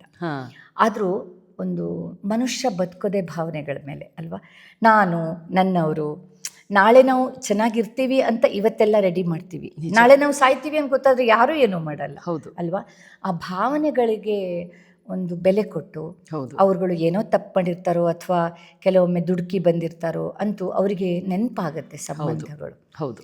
ನಾವೀಗ ನಿಮಗೆ 1000 ಜನ ಇರಲಿ ನಿಮ್ಮ ಜೊತೆ, ನೀವು ಖುಷಿಯಾಗೇ ಇರ್ತೀರಾ, ನಗ್ತೀರಾ, ಬಟ್ ಯಾರೋ ಒಂದು ಮನೆಯವರು ಅಣ್ಣನೋ ತಮ್ಮನೋ ಬರೆದಿದ್ರೆ 1000 ಒಂದು ಕಡೆ, ಆ ಅಣ್ಣನೋ ತಮ್ಮನೋ ಒಂದು ಕಡೆ ಆಗುತ್ತೆ. ಇದೇ ನಮಗೂ ಬೇರೆ ಪ್ರಾಣಿಗಳಿಗೂ ಇರುವ ವ್ಯತ್ಯಾಸ. ಮನುಷ್ಯ ಭಾವುಕ ಜೀವಿ, ಪ್ರಾಣಿಗಳಿಗೂ ಅದೇ ಫೀಲಿಂಗ್ಸ್ ಇದೆ, ಹೇಳ್ಕೊಳಕ್ಕಾಗಲ್ಲ ಅಷ್ಟೇ. ಮನೆಯಲ್ಲಿ ಯಾರಾದ್ರೂ ನಾಯಿ ಬೆಕ್ಕು ಸಾಕಿದ್ರೆ ಅವರ ಚಲನವಲನ ಎಷ್ಟು ಗೊತ್ತಾಗುತ್ತೆ. ಈಗ ನಾವು ಒಂದು ಆರ್ಡಿನರಿ ನಾಯಿ ಸಾಕಿದೀವಿ, ರಾಕಿ ಅಂತ, ಅವನೇನು ಟ್ರೈನ್ಡ್ ಡಾಗ್ ಅಲ್ಲ. ಆದ್ರೆ ನಮ್ಮ ಮನೆಯಲ್ಲೇ ಅವನು ನಮ್ಮ ಮನೆಯವ್ರ ಹತ್ರ ಒಂಥರ ಬಿಹೇವ್ ಮಾಡ್ತಾನೆ. ಅವ್ರು ಸ್ವಲ್ಪ ಹೆದರಿಕೆ ಇದೆ. ನನ್ನ ಮಗಳಿಗೆ ಏನೇ ಆದ್ರೂ ಅದು ಕಚ್ಚಲ್ಲ, ಸುಮ್ಮನೆ ಬಾಯಿ ಹಾಕಿ ಇದು ಮಾಡಿ. ನನ್ನ ಹತ್ರ ಮಾತ್ರ ಒಂದು ತಾಯಿ ಮಗು ಹತ್ರ ಆಟ ಆಡ್ದಾಗ ನನ್ನದು ಕೈ ಕಚ್ಚೋದು, ನನ್ನ ಈ ನೆರಿಗೆಯಲ್ಲಿ ಮುಖ ಇಟ್ಕೊಂಡು ಹೀಗೆ, ಅದು ತುಂಬಾ ಸಹಜ ಇರ್ಬೋದು. ಬಟ್ ಒಬ್ಬ ನಾನು ನೃತ್ಯ ಕಲಾವಿದೆ, ಅದರ ಆಂಗಿಕವನ್ನ ಎಷ್ಟು ಎಂಜಾಯ್ ಮಾಡ್ತೀನಿ ಅಂದ್ರೆ, ಬೊಗಳುವ ಶಬ್ದದಲ್ಲೂ ಬೇರೆಯವ್ರಿಗೆ ಬೊಗಳುವಾಗ ಶಬ್ದ ಬೇರೆ, ನಮ್ಗೆ ಅದನ್ನ ಮುದ್ದು ಮಾಡಿ ಇದು ನಾವು ಅವನನ್ನ ಮೇಲೆ ಬಿಟ್ಟು ವಾಕಿಂಗ್ ಹೋದ್ರೆ ಎಷ್ಟು ಕೆಟ್ಟದಾಗಿ ಅಳ್ತಾನೆ ಅಂದ್ರೆ ನಮ್ಗೆ ನಗು ಬರುತ್ತೆ. ಇದಿಲ್ಲಿ ಯಾಕೆ ಹೇಳ್ದೆ ಅಂದ್ರೆ, ನಮ್ಮ ನಾಯಿ ಬಗ್ಗೆ ಹೇಳೋದಕ್ಕಿಂತ ಭಾವನೆಗಳು, ಚಲನವಲನೆಗಳು ಎಷ್ಟು ಮುಖ್ಯ ಅಂದರೆ, ಬಹುಶಃ ಅದಕ್ಕೆ ಬಾಯಿ ಬರ್ತಿದ್ರೆ ಅದೇನೇನೋ ಬೈತಿದ್ನೋ ಹೊಗಳ್ತಿದ್ನೋ ಗೊತ್ತಿಲ್ಲ. ಹೌದು. ಹಾಗೆ ಮನುಷ್ಯ ಎಲ್ಲ ಕಡೆನೂ ಈ ಭಾವನೆಯಿಂದಲೇ. ಹಾಗೆ ಕಾರಾಗೃಹಕ್ಕೆ ನಾನು ಹೋದಾಗ ನಂಗೆ ತುಂಬ ಅನಿಸ್ತಿತ್ತು, ನಾನು ಏನಾದರೂ ಮೊದಲಿಂದಲೂ ಮದರ್ ತೆರೇಸಾ ಅವರನ್ನೆಲ್ಲ ನೋಡಿಬಿಟ್ಟು ನನಗೆ ಯಾರೇ ಅಬ್ದುಲ್ ಕಲಾಂ ಇರ್ಬೋದು, ನನಗೆ ಸಾಮಾನ್ಯವಾಗಿರೋಕ್ಕೆ ಇಷ್ಟ ಇಲ್ಲ, ಏನಾದರೂ ಮಾಡಬೇಕು ಅಂತ ಮೊದಲಿಂದಲೂ ಆಸೆ. ಸೊ ಹಾಗಾದ್ರೆ ನನಗೆ ಬರೋದೇ ನೃತ್ಯ ಮತ್ತು ಸ್ವಲ್ಪ ಸಂಗೀತ, ಅದರಲ್ಲೇ ಏನಾದರೂ ಮಾಡ್ತೀನಿ ಅಂತ ತುಂಬ ಕಷ್ಟಪಟ್ಟೆ ಪರ್ಮಿಷನಿಗೆ. ಆಗಿನ ಕಾಲದ ಅಧಿಕಾರಿಗಳೆಲ್ಲ ಪರ್ಮಿಷನ್ ಕೊಟ್ಟರು. ಯಾಕಂದರೆ ಒಬ್ಬ ಮೈಸೂರು ಜೈಲಲ್ಲಂತೂ ಒಬ್ಬ ಇಂಡಿಪೆಂಡೆಂಟ್ ಆಗಿ ಹೋಗಿ ಡಾನ್ಸ್ ಹೇಳ್ಕೊಡ್ತೀನಿ ಅಂದಿದ್ದು ಬಹಳ ವಿರಳ. ಸಾಮಾನ್ಯ ಈ ಸಂಘ ಸಂಸ್ಥೆಯವ್ರು ಹೋಗ್ತಾರೆ ಧ್ಯಾನ ಹೇಳ್ಕೊಡಕ್ಕೆ, ಯೋಗ ಹೇಳ್ಕೊಡಕ್ಕೆ, ಮತ್ತು ಮೈಸೂರು ಜೈಲಲ್ಲಿ ಡ್ರಾಮಾ ಎಲ್ಲ ಹೇಳ್ಕೊಟ್ಟಿದ್ದಾರೆ ಹಿಂದೆ. ಬಟ್ ಒಬ್ರು ಲೇಡಿ ಹೋಗಿ ನಾನು ಹೇಳ್ಕೊಡ್ತೀನಿ ಅನ್ನೋದು ಬಹಳ ವಿರಳವಾಗಿತ್ತು ಆಗಿನ ಕಾಲದಲ್ಲಿ. ನಾನು ಹೋದಾಗ ನನಗೆ ಹೆಂಗಸರ ಸೆಲ್ಲಿಗೆ ಮಾತ್ರ ಬಿಟ್ರು, ಲೇಡೀಸ್ ಸೆಲ್ಗೆ. ಅಂದ್ರೆ ಅದು 900 ಜನ ಇರುವ, ಹೆಂಗಸರು ಒಂದು 100 ಜನ ಮಾತ್ರ ಮೈಸೂರಲ್ಲಿ. ಆವಾಗ ನಾನು ಹೋಗಿ ಡಾನ್ಸ್ ಹೇಳ್ಕೊಡ್ತೀನಿ ಅಂದರೆ ಒಬ್ಬರು ಮುಂದೆ ಬರಲಿಲ್ಲ. ನನಗೆ ಆಮೇಲೆ ಅವರ ವಯಸ್ಸೆಲ್ಲ 25-30 ಮೇಲೇನೇ ಇತ್ತು. 25-30 ತುಂಬ ಕಮ್ಮಿ ಇದ್ರು. ನಾನು ತಕ್ಷಣ ಶಿಫ್ಟ್ ಆದೆ. ನನಗೆ ನೃತ್ಯ ಒಂದು ಮಾಧ್ಯಮ ಅಷ್ಟೇ, ನೃತ್ಯಕ್ಕೂ ಸಂಗೀತಕ್ಕೂ ಡಿಫ್ರೆನ್ಸೇ ಇಲ್ಲ ನನ್ನ ಪ್ರಕಾರ. ಆ್ಯಕ್ಚುಲಿ ಆದಿಕಾಲದಲ್ಲೂ ಸಂಗೀತಂ ಅಂದರೆ ಗೀತಂ ವಾದ್ಯಂ ನೃತ್ಯಂ ಅಂತಾನೇ ಇದ್ದಿದ್ದು, ಮತ್ತೆ ಅದು ಕವಲಾಗಿ ಹೊಡೆದಿರೋದು. ನಾನಂತೆ ನಾನು ಸಂಗೀತ ಹೇಳ್ಕೊಡ್ತೀನಿ. ಏನು ಸಂಗೀತ ಹೇಳ್ಕೊಡ್ತೀರಿ? ಏನಾದರೂ ಹೇಳ್ಕೊಡ್ತೀನಿ, ನಂಗೆ ಪರ್ಮಿಷನ್ ಕೊಡಿ ಅಂತ. ಫಸ್ಟ್ ಡೇ ಹೋದಾಗ ಒಬ್ಬರೂ ಬಂದಿಲ್ಲ. ಆಮೇಲೆ ನೆಕ್ಸ್ಟ್ ಡೇ ಹೋದೆ. ಅವಾಗ ಅಂದ್ವಿ, ಎಲ್ಲರೂ ಬನ್ನಿ, ನಾನು ಯಾವುದೇ ದೇವ್ರ ಬಗ್ಗೆ ಯಾವುದೇ ಒಂದು ಧರ್ಮದ ಬಗ್ಗೆ ಏನೂ ಮಾತಾಡಲ್ಲ, ನೀವು ಇಷ್ಟ ಆದರೆ ನಾಳೆಯಿಂದ ಬನ್ನಿ, ಇಲ್ದಿದ್ರೆ ಪರವಾಗಿಲ್ಲ ಅಂತ ನನ್ನಷ್ಟಕ್ಕೆ ನಾನು ಹಾಡಕ್ಕೆ ಶುರು ಮಾಡಿದೆ. ಗುಂಪಲ್ಲಿ ಹಾಡುವಂಥದ್ದು, ಕ್ಲಾಪ್ ಮಾಡುವಂಥದ್ದು, ಅಂತ್ಯಾಕ್ಷರಿ ಎಲ್ಲ ಹಾಡಿದೆ. ನಿಧಾನಕ್ಕೆ ಜನ ಬರೋಕ್ಕೆ ಶುರು ಆದರು. ಅದಕ್ಕಿಂತಲೂ ಮಜಾ ಅಂದರೆ, ಇದು ಗಸ್ತು ತಿರುಗ್ತಿದ್ರು ಪೊಲೀಸ್ ಅವರು ಜಾಸ್ತಿ ಎಂಜಾಯ್ ಮಾಡಿ, ಮೇಡಮ್ ಸ್ವಲ್ಪ ಡಿಫ್ರೆಂಟ್ ಅನ್ನಿಸ್ತಾ ಇದೆ, ನಮಗೆ ತುಂಬ ಇಷ್ಟ ಆಗುತ್ತೆ ಅಂದರೆ ಕಲೆ ಅನ್ನೋದು ಎಲ್ಲರನ್ನೂ ಸೆಳೆಯುತ್ತೆ. ಅದು ಹೌದು ಹೌದು. ಆದ್ದರಿಂದ ಆಮೇಲೆ ಒಂದು ಸ್ವಲ್ಪ ದಿವಸ ಆದಮೇಲೆ 95 ಜನನು ಬರೋಕ್ಕೆ ಶುರು ಮಾಡಿದರು. ಸುಮ್ಮನೆ ಬಂದು ಕೂತ್ಕೊಳ್ಳೋರು.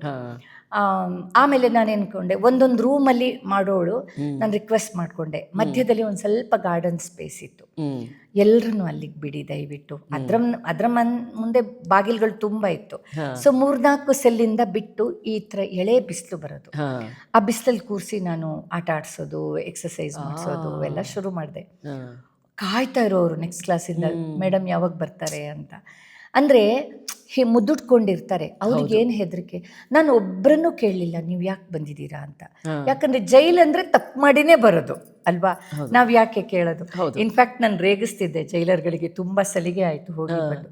ನಿಜವಾಗ್ಲೂ ತಪ್ಪು ಮಾಡಿದವರು ಎಲ್ಲೆಲ್ಲೋ ರಾಜಾರೋಷವಾಗಿ ಓಡಾಡ್ತಿದ್ದಾರೆ, ಪಾಪ ವಯಸ್ಸಾದವರನ್ನು ಕೆಲವು ಕೇಸ್ಗಳಲ್ಲಿ, ಎಲ್ಲ ಕೇಸ್ಗಳಲ್ಲಿ ಎಲ್ಲ ಯಾರ್ಯಾರನ್ನೋ ತಂದುಬಿಟ್ಟಿದ್ದೀರಾ ಅಂತ ಅವರು ಅದಕ್ಕೆ ರೇಗಿಸ್ತಿದ್ರು. ಮೇಡಮ್ ನೀವು ವಾರಕ್ಕೊಮ್ಮೆ ಬರ್ತೀರಾ, ನಿಮ್ಮ ಹತ್ರ ತುಂಬ ಚೆನ್ನಾಗಿ ಮಾತಾಡ್ತಾರೆ, ಕೊಡ್ತೀನಿ ಅವರು ಫೈಲ್ಗಳು ಓದಿ, ಎಷ್ಟು ದೊಡ್ಡ ದೊಡ್ಡ ಕ್ರಿಮಿನಲ್ಸ್ ಇದ್ದಾರೆ ಅವರು ಅಂತ ನನಗೆ ನಂದು ಅವ್ರದ್ದು ಒಂಥರ ಹಾಸ್ಯವಾಗಿ ನಡೀತಿತ್ತು ಮಾತುಕತೆ. ಹೌದು. ಆಮೇಲೆ ಒಬ್ಬೊಬ್ಬರನ್ನೇ ಕಥೆ ಹೇಳುವಾಗ ಅಯ್ಯೋ ಇವಾಗ ಇವ್ರು ತಗ್ಗಿದ್ದಾರೆ, ಈ ತರ ಕ್ರೈಮ್ ಮಾಡಿ ಬಂದಿದ್ದಾರೆ, ಬಟ್ ನಾನು ಯಾರ ಬತ್ತೂ ಕೇಳ್ತಿರ್ಲಿಲ್ಲ. ಹೌದು, ಅವಶ್ಯಕತೆ ಇಲ್ಲ. ಯಾಕಂದ್ರೆ ನೀವು ಹೋಗಿದ್ದು ಉದ್ದೇಶನೇ ಬೇರೆ, ಮನಸ್ಸನ್ನ ಸರಳ ಮಾಡೋದಕ್ಕೆ. ಅಂದ್ರೆ ನಾನು ಯಾಕೆ ವಿವೇಕಾನಂದರ ಈ ವಾಕ್ಯವನ್ನು ಇಷ್ಟಪಡ್ತೀನಿ ಅಂದರೆ, ನಾವು ಡಾನ್ಸರ್ಸ್, ಪರ್ಫಾರ್ಮರ್ಸ್, ನಮಗೆ ಡೇ 1 ನಮ್ಮ ಒಂದು ಇಂಡಿಯನ್ ಕಲ್ಚರ್ನ ಕಲಿಸುವ ಒಂದು ಜವಾಬ್ದಾರಿ ಇರುತ್ತೆ. ಬಂದ ಕೂಡಲೇ ನಾವು ನಮಸ್ಕಾರ ಮಾಡ್ತೀವಲ್ಲ, ಚಿಕ್ಕ ಮಕ್ಕಳಿಗೆ ಅರ್ಥ ಆಗಲ್ಲ, ನಾವೇನು ಹೇಳಲ್ಲ. ಸ್ವಲ್ಪ ದೊಡ್ಡವರಾದ್ಮೇಲೆ ನಮಸ್ಕಾರ ಯಾಕೆ ಮಾಡ್ತೀವಿ, ಭೂಮಿ ತಾಯಿ ಅಂತ ನಾವು ಮಾತ್ರ ಕರೆಯೋದು. ಹೌದು ಅಲ್ವಾ. ನಾವು ನಮಗೆ 2 ತಾಯಂದ್ರಂತೆ, ಒಂದು ಹೆತ್ತ ತಾಯಿ, ಇನ್ನೊಂದು ಹೊತ್ತ ತಾಯಿ ಅಂತ. ಭೂಮಿ ನಮಗೆ ಹೊತ್ತ ತಾಯಿ. ಸೊ ಅದ್ರ ಬಗ್ಗೆ ಹೇಳೋದು, ಪಂಚಭೂತಗಳ ಬಗ್ಗೆ ಹೇಳೋದು. ಸೊ ಡಾನ್ಸ್ ಟೀಚರ್ಸ್ದು ಜವಾಬ್ದಾರಿ ಸಿಕ್ಕಾಪಟ್ಟೆ ಇದೆ. ನಿಜ. ಆಮೇಲೆ ನನಗೆ ಯಾಕೆ ಬರ್ತಾರೆ ಹೋಗ್ತಾರೆ ಫೀಸ್ ಕೊಡ್ತಾರೆ ಅದೊಂದು ಪಂಗಡ ಬೇರೆ. ಹೌದು. ನಂಗೆ ಹಾಗಿರಕ್ಕೆ ಇಷ್ಟ ಇಲ್ಲ. ಹೌದು. ನಾನೇನಂದ್ರೆ ಬೇಕಾದ್ರೆ ಬರಲಿ, ಇದು ನಂದು ಶಿಸ್ತು. ಹೌದು. ನೆನ್ನೆನೂ ಬೈದೆ ಒಂದು ಕ್ಲಾಸಲ್ಲಿ, ಮಕ್ಕಳೇ ನೀವು ಬಳೆ ತೊಟ್ಕೊಂಡು ಕುಂಕುಮ ಇಟ್ಕೊಂಡೇ ಬರಬೇಕು, ಯಾರಿಗೆ ಇದು ಫಾಲೋ ಮಾಡೋಕ್ಕಾಗುತ್ತೆ ಅವ್ರು ಬರಲಿ. ಯಾಕಂದರೆ ನನ್ನ ಹಿಂದೆ ಇರುವ ಜವಾಬ್ದಾರಿ ಇದು, ಸಮಾಜವನ್ನ ಸುಶಿಕ್ಷಿತ ಮಾಡಬೇಕು. ಖಂಡಿತ. ನಾನೇನು ಹೇಳ್ತೀನಿ, ನೀವು ಯಾವ ಧರ್ಮದವರೇ ಆಗಿರಲಿ, ಎಲ್ಲ ಧರ್ಮದವರು ಬರ್ತಾರೆ, ಬಟ್ ನೃತ್ಯ ಮಾಡುವಾಗ ನೀವು ಬಿಂದಿ ಇಟ್ಕೋಬೇಕು, ಬಳೆ ಹಾಕೋಬೇಕು. ಆಗ ಒಂದೇ ಸತಿ ಹಾಕೊಂಡ್ರೆ ನಿಮ್ಗೆ ಕಷ್ಟ ಆಗುತ್ತೆ. ಈಗಿಂದಲೇ ಅಭ್ಯಾಸ ಮಾಡಿ. ನಿಜ. ಡಾನ್ಸ್ ಕ್ಲಾಸ್ಗೆ ಮಾತ್ರ ಹೀಗೆ ಬನ್ನಿ, ಬೇರೆ ಟೈಮಲ್ಲಿ ನಿಮ್ಮ ಪೋಷಕರಿದ್ದಾರೆ, ನಿಮ್ಮಿಷ್ಟ. ಸೊ ಇದು ರಾಷ್ಟ್ರಭಕ್ತಿ ಇರ್ಬೋದು, ದೇಶ ಸೇವೆ ಇರ್ಬೋದು, ನಮ್ಮಿಂದ ಎಷ್ಟಾಗುತ್ತೆ ಖಂಡಿತ. ರಾಮನ್ ಜೊತೆ ಅಳಿಲ್ ಸೇವೆ ಮಾಡಿರುತ್ತೆ, ಹಾಗೆ ದೊಡ್ಡ ದೊಡ್ಡ ರಾಷ್ಟ್ರಭಕ್ತಿ, ದೇಶಭಕ್ತಿ ಮಾಡೋರು ತುಂಬ ಇದ್ದಾರೆ. ಇದು ನಮ್ಮ ಈ ನೆಲದ ಧರ್ಮ, ಅದನ್ನು ಉಳಿಸ್ಕೊಳ್ಳೋದು, ಭರತನಾಟ್ಯ ಶಾಸ್ತ್ರೀಯ ನೃತ್ಯ ಅಂತಂದ್ರೆ ಅದು ನಮ್ಮ ಸಂಸ್ಕೃತಿ. ಹಾಗಾಗಿ ಕೆಲವನ್ನ ನಾವು ಫಾಲೋ ಮಾಡಲೇಬೇಕು. ಮತ್ತೆ ಇದನ್ನ ಫಾಲೋ ಮಾಡೋರು ಮಾತ್ರ ಕಲ್ತ್ರೆ ಒಳ್ಳೇದು, ಅದಕ್ಕೆ ಗೌರವ. ಯಾರಿಗೂ ನಿರ್ಬಂಧ ಇಲ್ಲ. ಹೌದು, ಇಷ್ಟ ಇದ್ದವರು ಮಾತ್ರ ಬರಲಿ. ನಿಜ. ಈ ನಿಟ್ಟಿನಲ್ಲಿ ಈಗ ನೋಡಿ, ನೀವೀಗ ನೃತ್ಯಗಿರಿ ನಿಮ್ಮ ಕಲಾ ಕೇಂದ್ರದ ಮೂಲಕ ನೂರಾರು ವಿದ್ಯಾರ್ಥಿಗಳನ್ನ ಟ್ರೈನ್ ಮಾಡಿದ್ದೀರಾ. ಅವರೆಲ್ಲರೂ ವೃತ್ತಿಪರರು ಕೂಡ ಆಗಿದ್ದಾರೆ. ಅವ್ರದ್ದೇ ನೃತ್ಯ ಶಾಲೆಗಳನ್ನೂ ಕೂಡ ತೆರೆದು ತುಂಬಾ ಯಶಸ್ವಿಯಾಗಿ ನಡೆಸ್ತಾ ಇದ್ದಾರೆ. ಮತ್ತೆ ನೀವು ನಮ್ಮ ಗಂಗೂಬಾಯಿ ಹಾನ್ಗಲ್ ಸಂಗೀತ ನೃತ್ಯ ಪ್ರದರ್ಶಕ ಕಲೆಗಳ ವಿಶ್ವವಿದ್ಯಾನಿಲಯದಲ್ಲೂ ಕೂಡ ಪ್ರಾಧ್ಯಾಪಕರಾಗಿ ಕೆಲಸವನ್ನು ಮಾಡ್ತಾ ಇದ್ದೀರಾ. ನಿಮ್ಮ ಈ ಅನುಭವದಲ್ಲಿ ಈಗ ನೀವೆಲ್ಲ ಕಲಿಬೇಕಾದ್ರೆ ಹೇಗಿತ್ತು? ನಮ್ಮ ಒಂದು ಮನಸ್ಥಿತಿ ಆಗಬಹುದು, ಅಥವಾ ನಮ್ಮ ಒಂದು ಸ್ಟ್ರಗಲ್ ಆಗ್ಬೋದು, ಅಥವಾ ಶಿಸ್ತಾಗ್ಬೋದು. ಅದನ್ನು ನೀವು ಈಗಿನ ಪೀಳಿಗೆಯಲ್ಲಿಯೂ ನೋಡ್ತಾ ಇದ್ದೀರಾ, ಅಥವಾ ಬದಲಾವಣೆಗಳಿದೆಯಾ, ಡಿಸ್ಟ್ರಾಕ್ಷನ್ಸ್ ಇದೆಯಾ, ಅಷ್ಟೇ ಒಂದು ಛಲ ಇದೆಯಾ? ಎಲ್ಲವೂ ಇದೆ. ಕೆಲವರು ಫಿಸಿಕಲ್ ಫಿಟ್ನೆಸ್ಗೋಸ್ಕರ ಬರ್ತಾರೆ. ಯಾಕಂದರೆ ಈಗಿನ ಶಿಕ್ಷಣ ಪದ್ಧತಿ ಅವರಿಗೆ, ಮಕ್ಕಳಿಗೆ ಪ್ರೆಷರ್ ಇದೆ, ಸ್ಟ್ರೆಸ್. ಈಗ ನಾನು ಎಲ್ರಿಗೂ ಸ್ಟ್ರಿಕ್ಟ್ ಮಾಡಲ್ಲ. ಯಾರು ಈ ಕಲೆಯನ್ನು ಮುಂದುವರಿಸ್ಕೊಂಡು ಹೋಗ್ತಾರೆ, ಅಂದರೆ ಪಾಠ ಒಂದೇ ಥರ ಮಾಡ್ತೀನಿ, ಬಟ್ ಅವ್ರ ಕಡೆ ಗಮನ ಕೊಡೋದು, ಅವರಿಗೆ ಸಪ್ರೇಟಾಗಿ ಸಿಕ್ಕಿದಾಗ ಮಾತಾಡೋದು ಬೇರೆ ಇರುತ್ತೆ. ಯಾಕಂದರೆ ಒಬ್ಬ ಉತ್ತಮ ಶಿಕ್ಷಕಿಯ ಗುಣಗಳು ಅವಳ ಹತ್ರ ಬರಬೇಕು. ಈ ITBT ಸೇರುವವರು ಟೈಮ್ ಪಾಸಿಗೆ ಅವ್ರಿಗೆ ತುಂಬ ಇಷ್ಟ ಇರುತ್ತೆ, ಬಟ್ ಸಮಯ ಸಿಗಲ್ಲ. ಅವ್ರನ್ನೂ ಎನ್ಕರೇಜ್ ಮಾಡ್ತೀವಿ, ಬನ್ನಿ ಕಲೀರಿ, ಖುಷಿಗೋಸ್ಕರ ಕಲೀರಿ. ನೃತ್ಯ ಒಂದೇ ಸಂಪೂರ್ಣ ಕಲೆ. ಹೌದು. ಅದರಲ್ಲಿ ಎಲ್ಲವೂ ಇದೆ. ಯೋಗ ಇದೆ, ಮ್ಯೂಸಿಕ್ ಇದೆ, ಧರ್ಮ, ಪುರಾಣ. ನಾವು ಜೂನಿಯರ್ ಎಕ್ಸಾಮಲ್ಲಿ ಬರೆದ ಆನ್ಸರ್ ಪೂರ್ತಿ ಇದೆ. ಕಣ್ಣುಗಳಲ್ಲಿ ಕಾಂತಿಯುಕ್ತತೆ, ಕೈ ಕಾಲುಗಳಲ್ಲಿ ಶಕ್ತಿ. ಮತ್ತು ಈಗಿನ ಕಾಲದಲ್ಲಿ ಈಗ ಲ್ಯಾಪ್ಟಾಪ್ ಜೊತೆ ಬದುಕುವ ಜನಾಂಗಕ್ಕೆ ನೃತ್ಯ ಒಂದು ತುಂಬ ಒಳ್ಳೆ ಮೆಡಿಸಿನ್ ಇದು. ಹೌದು. ಫಿಸಿಕಲ್ ಫಿಟ್ನೆಸ್ ಮತ್ತು ಮೆಂಟಲ್ ಫಿಟ್ನೆಸ್ಗೋಸ್ಕರನು. ಹೌದು. ಈಗ ಮಕ್ಕಳಿಗೆ ಮೆಂಟಲ್ ಫಿಟ್ನೆಸ್ ಕಮ್ಮಿ ಆಗಿದೆ, ಅವ್ರ ಮನಸ್ಸಲ್ಲಿ ಅವ್ರ ಜಗತ್ತನ್ನೇ ಗೆದ್ದಿದ್ದಾರೆ ಅಂತ. ಆದರೆ ಪಾಪ ಬೇಸಿಕ್ ವಿಷಯಗಳು ಗೊತ್ತಿಲ್ಲದೆ ಒದ್ದಾಡ್ತವೆ ಮಕ್ಕಳು. ನಿಜ. ಅದಕ್ಕೆ ಸೂಸೈಡ್ ಮಾಡ್ಕೊಳ್ಳೋದು, ಏನೇನೋ ಡಿಪ್ರೆಷನ್ ಆಗೋದು. ಮಕ್ಕಳಿಗೆ ನಾವು ಪ್ರೀತಿ ತೋರಿಸ್ಬೇಕಾಗಿದೆ. ಸ್ಟ್ರಿಕ್ಟ್ ಆಗಿ ನಡೆದ್ರೆ ಬರಲ್ಲ ಈಗ. ಮತ್ತೆ ತುಂಬ ಒಳ್ಳೆ ಮಕ್ಕಳಿದ್ದಾರೆ, ಅವ್ರಿಗೆ ಒಂಚೂರು ನಾವು ಸೋತು ಗೆಲ್ಲಬೇಕು ಅವ್ರ ಹತ್ರ, ಅಷ್ಟೇ, ಬೇರೆ ಏನಿಲ್ಲ. ಹೌದು. ಎಷ್ಟು ಟ್ಯಾಲೆಂಟೆಡ್ ಇದ್ದಾರೆ ಮಕ್ಕಳು, ಎಷ್ಟು ಕಷ್ಟಪಡಕ್ಕೂ ರೆಡಿ ಇದ್ದಾರೆ. ಅವರಿಗೆ ಅಂದರೆ ಸ್ವಲ್ಪ ಒಬ್ಬೊಬ್ಬರೇ ಮಕ್ಕಳು ನಮಗೆಲ್ಲ ಬಡ್ದು ಕಲಿಸ್ತಿದ್ರು, ನಮಗೆ ನಾಚಿಕೆನೇ ಆಗ್ತಿರ್ಲಿಲ್ಲ, ಹೈಸ್ಕೂಲ್ ತನಕನೂ ಹೊಡಿತಿದ್ರು, ನಮಗೆ ಬೇಕಾದ್ರೆ ಬೈತಿದ್ರು. ಈಗಿನ ಮಗು 1ನೇ ಕ್ಲಾಸ್ ಮಗುಗೂ ಈಗೋ ಪ್ರಾಬ್ಲಮ್, ಯಾಕಂದ್ರೆ ಒಂದೊಂದೇ ಮಗು ಇರುತ್ತೆ, ಅಪ್ಪ ಅಮ್ಮನೇ ಬೈಯಲ್ಲ.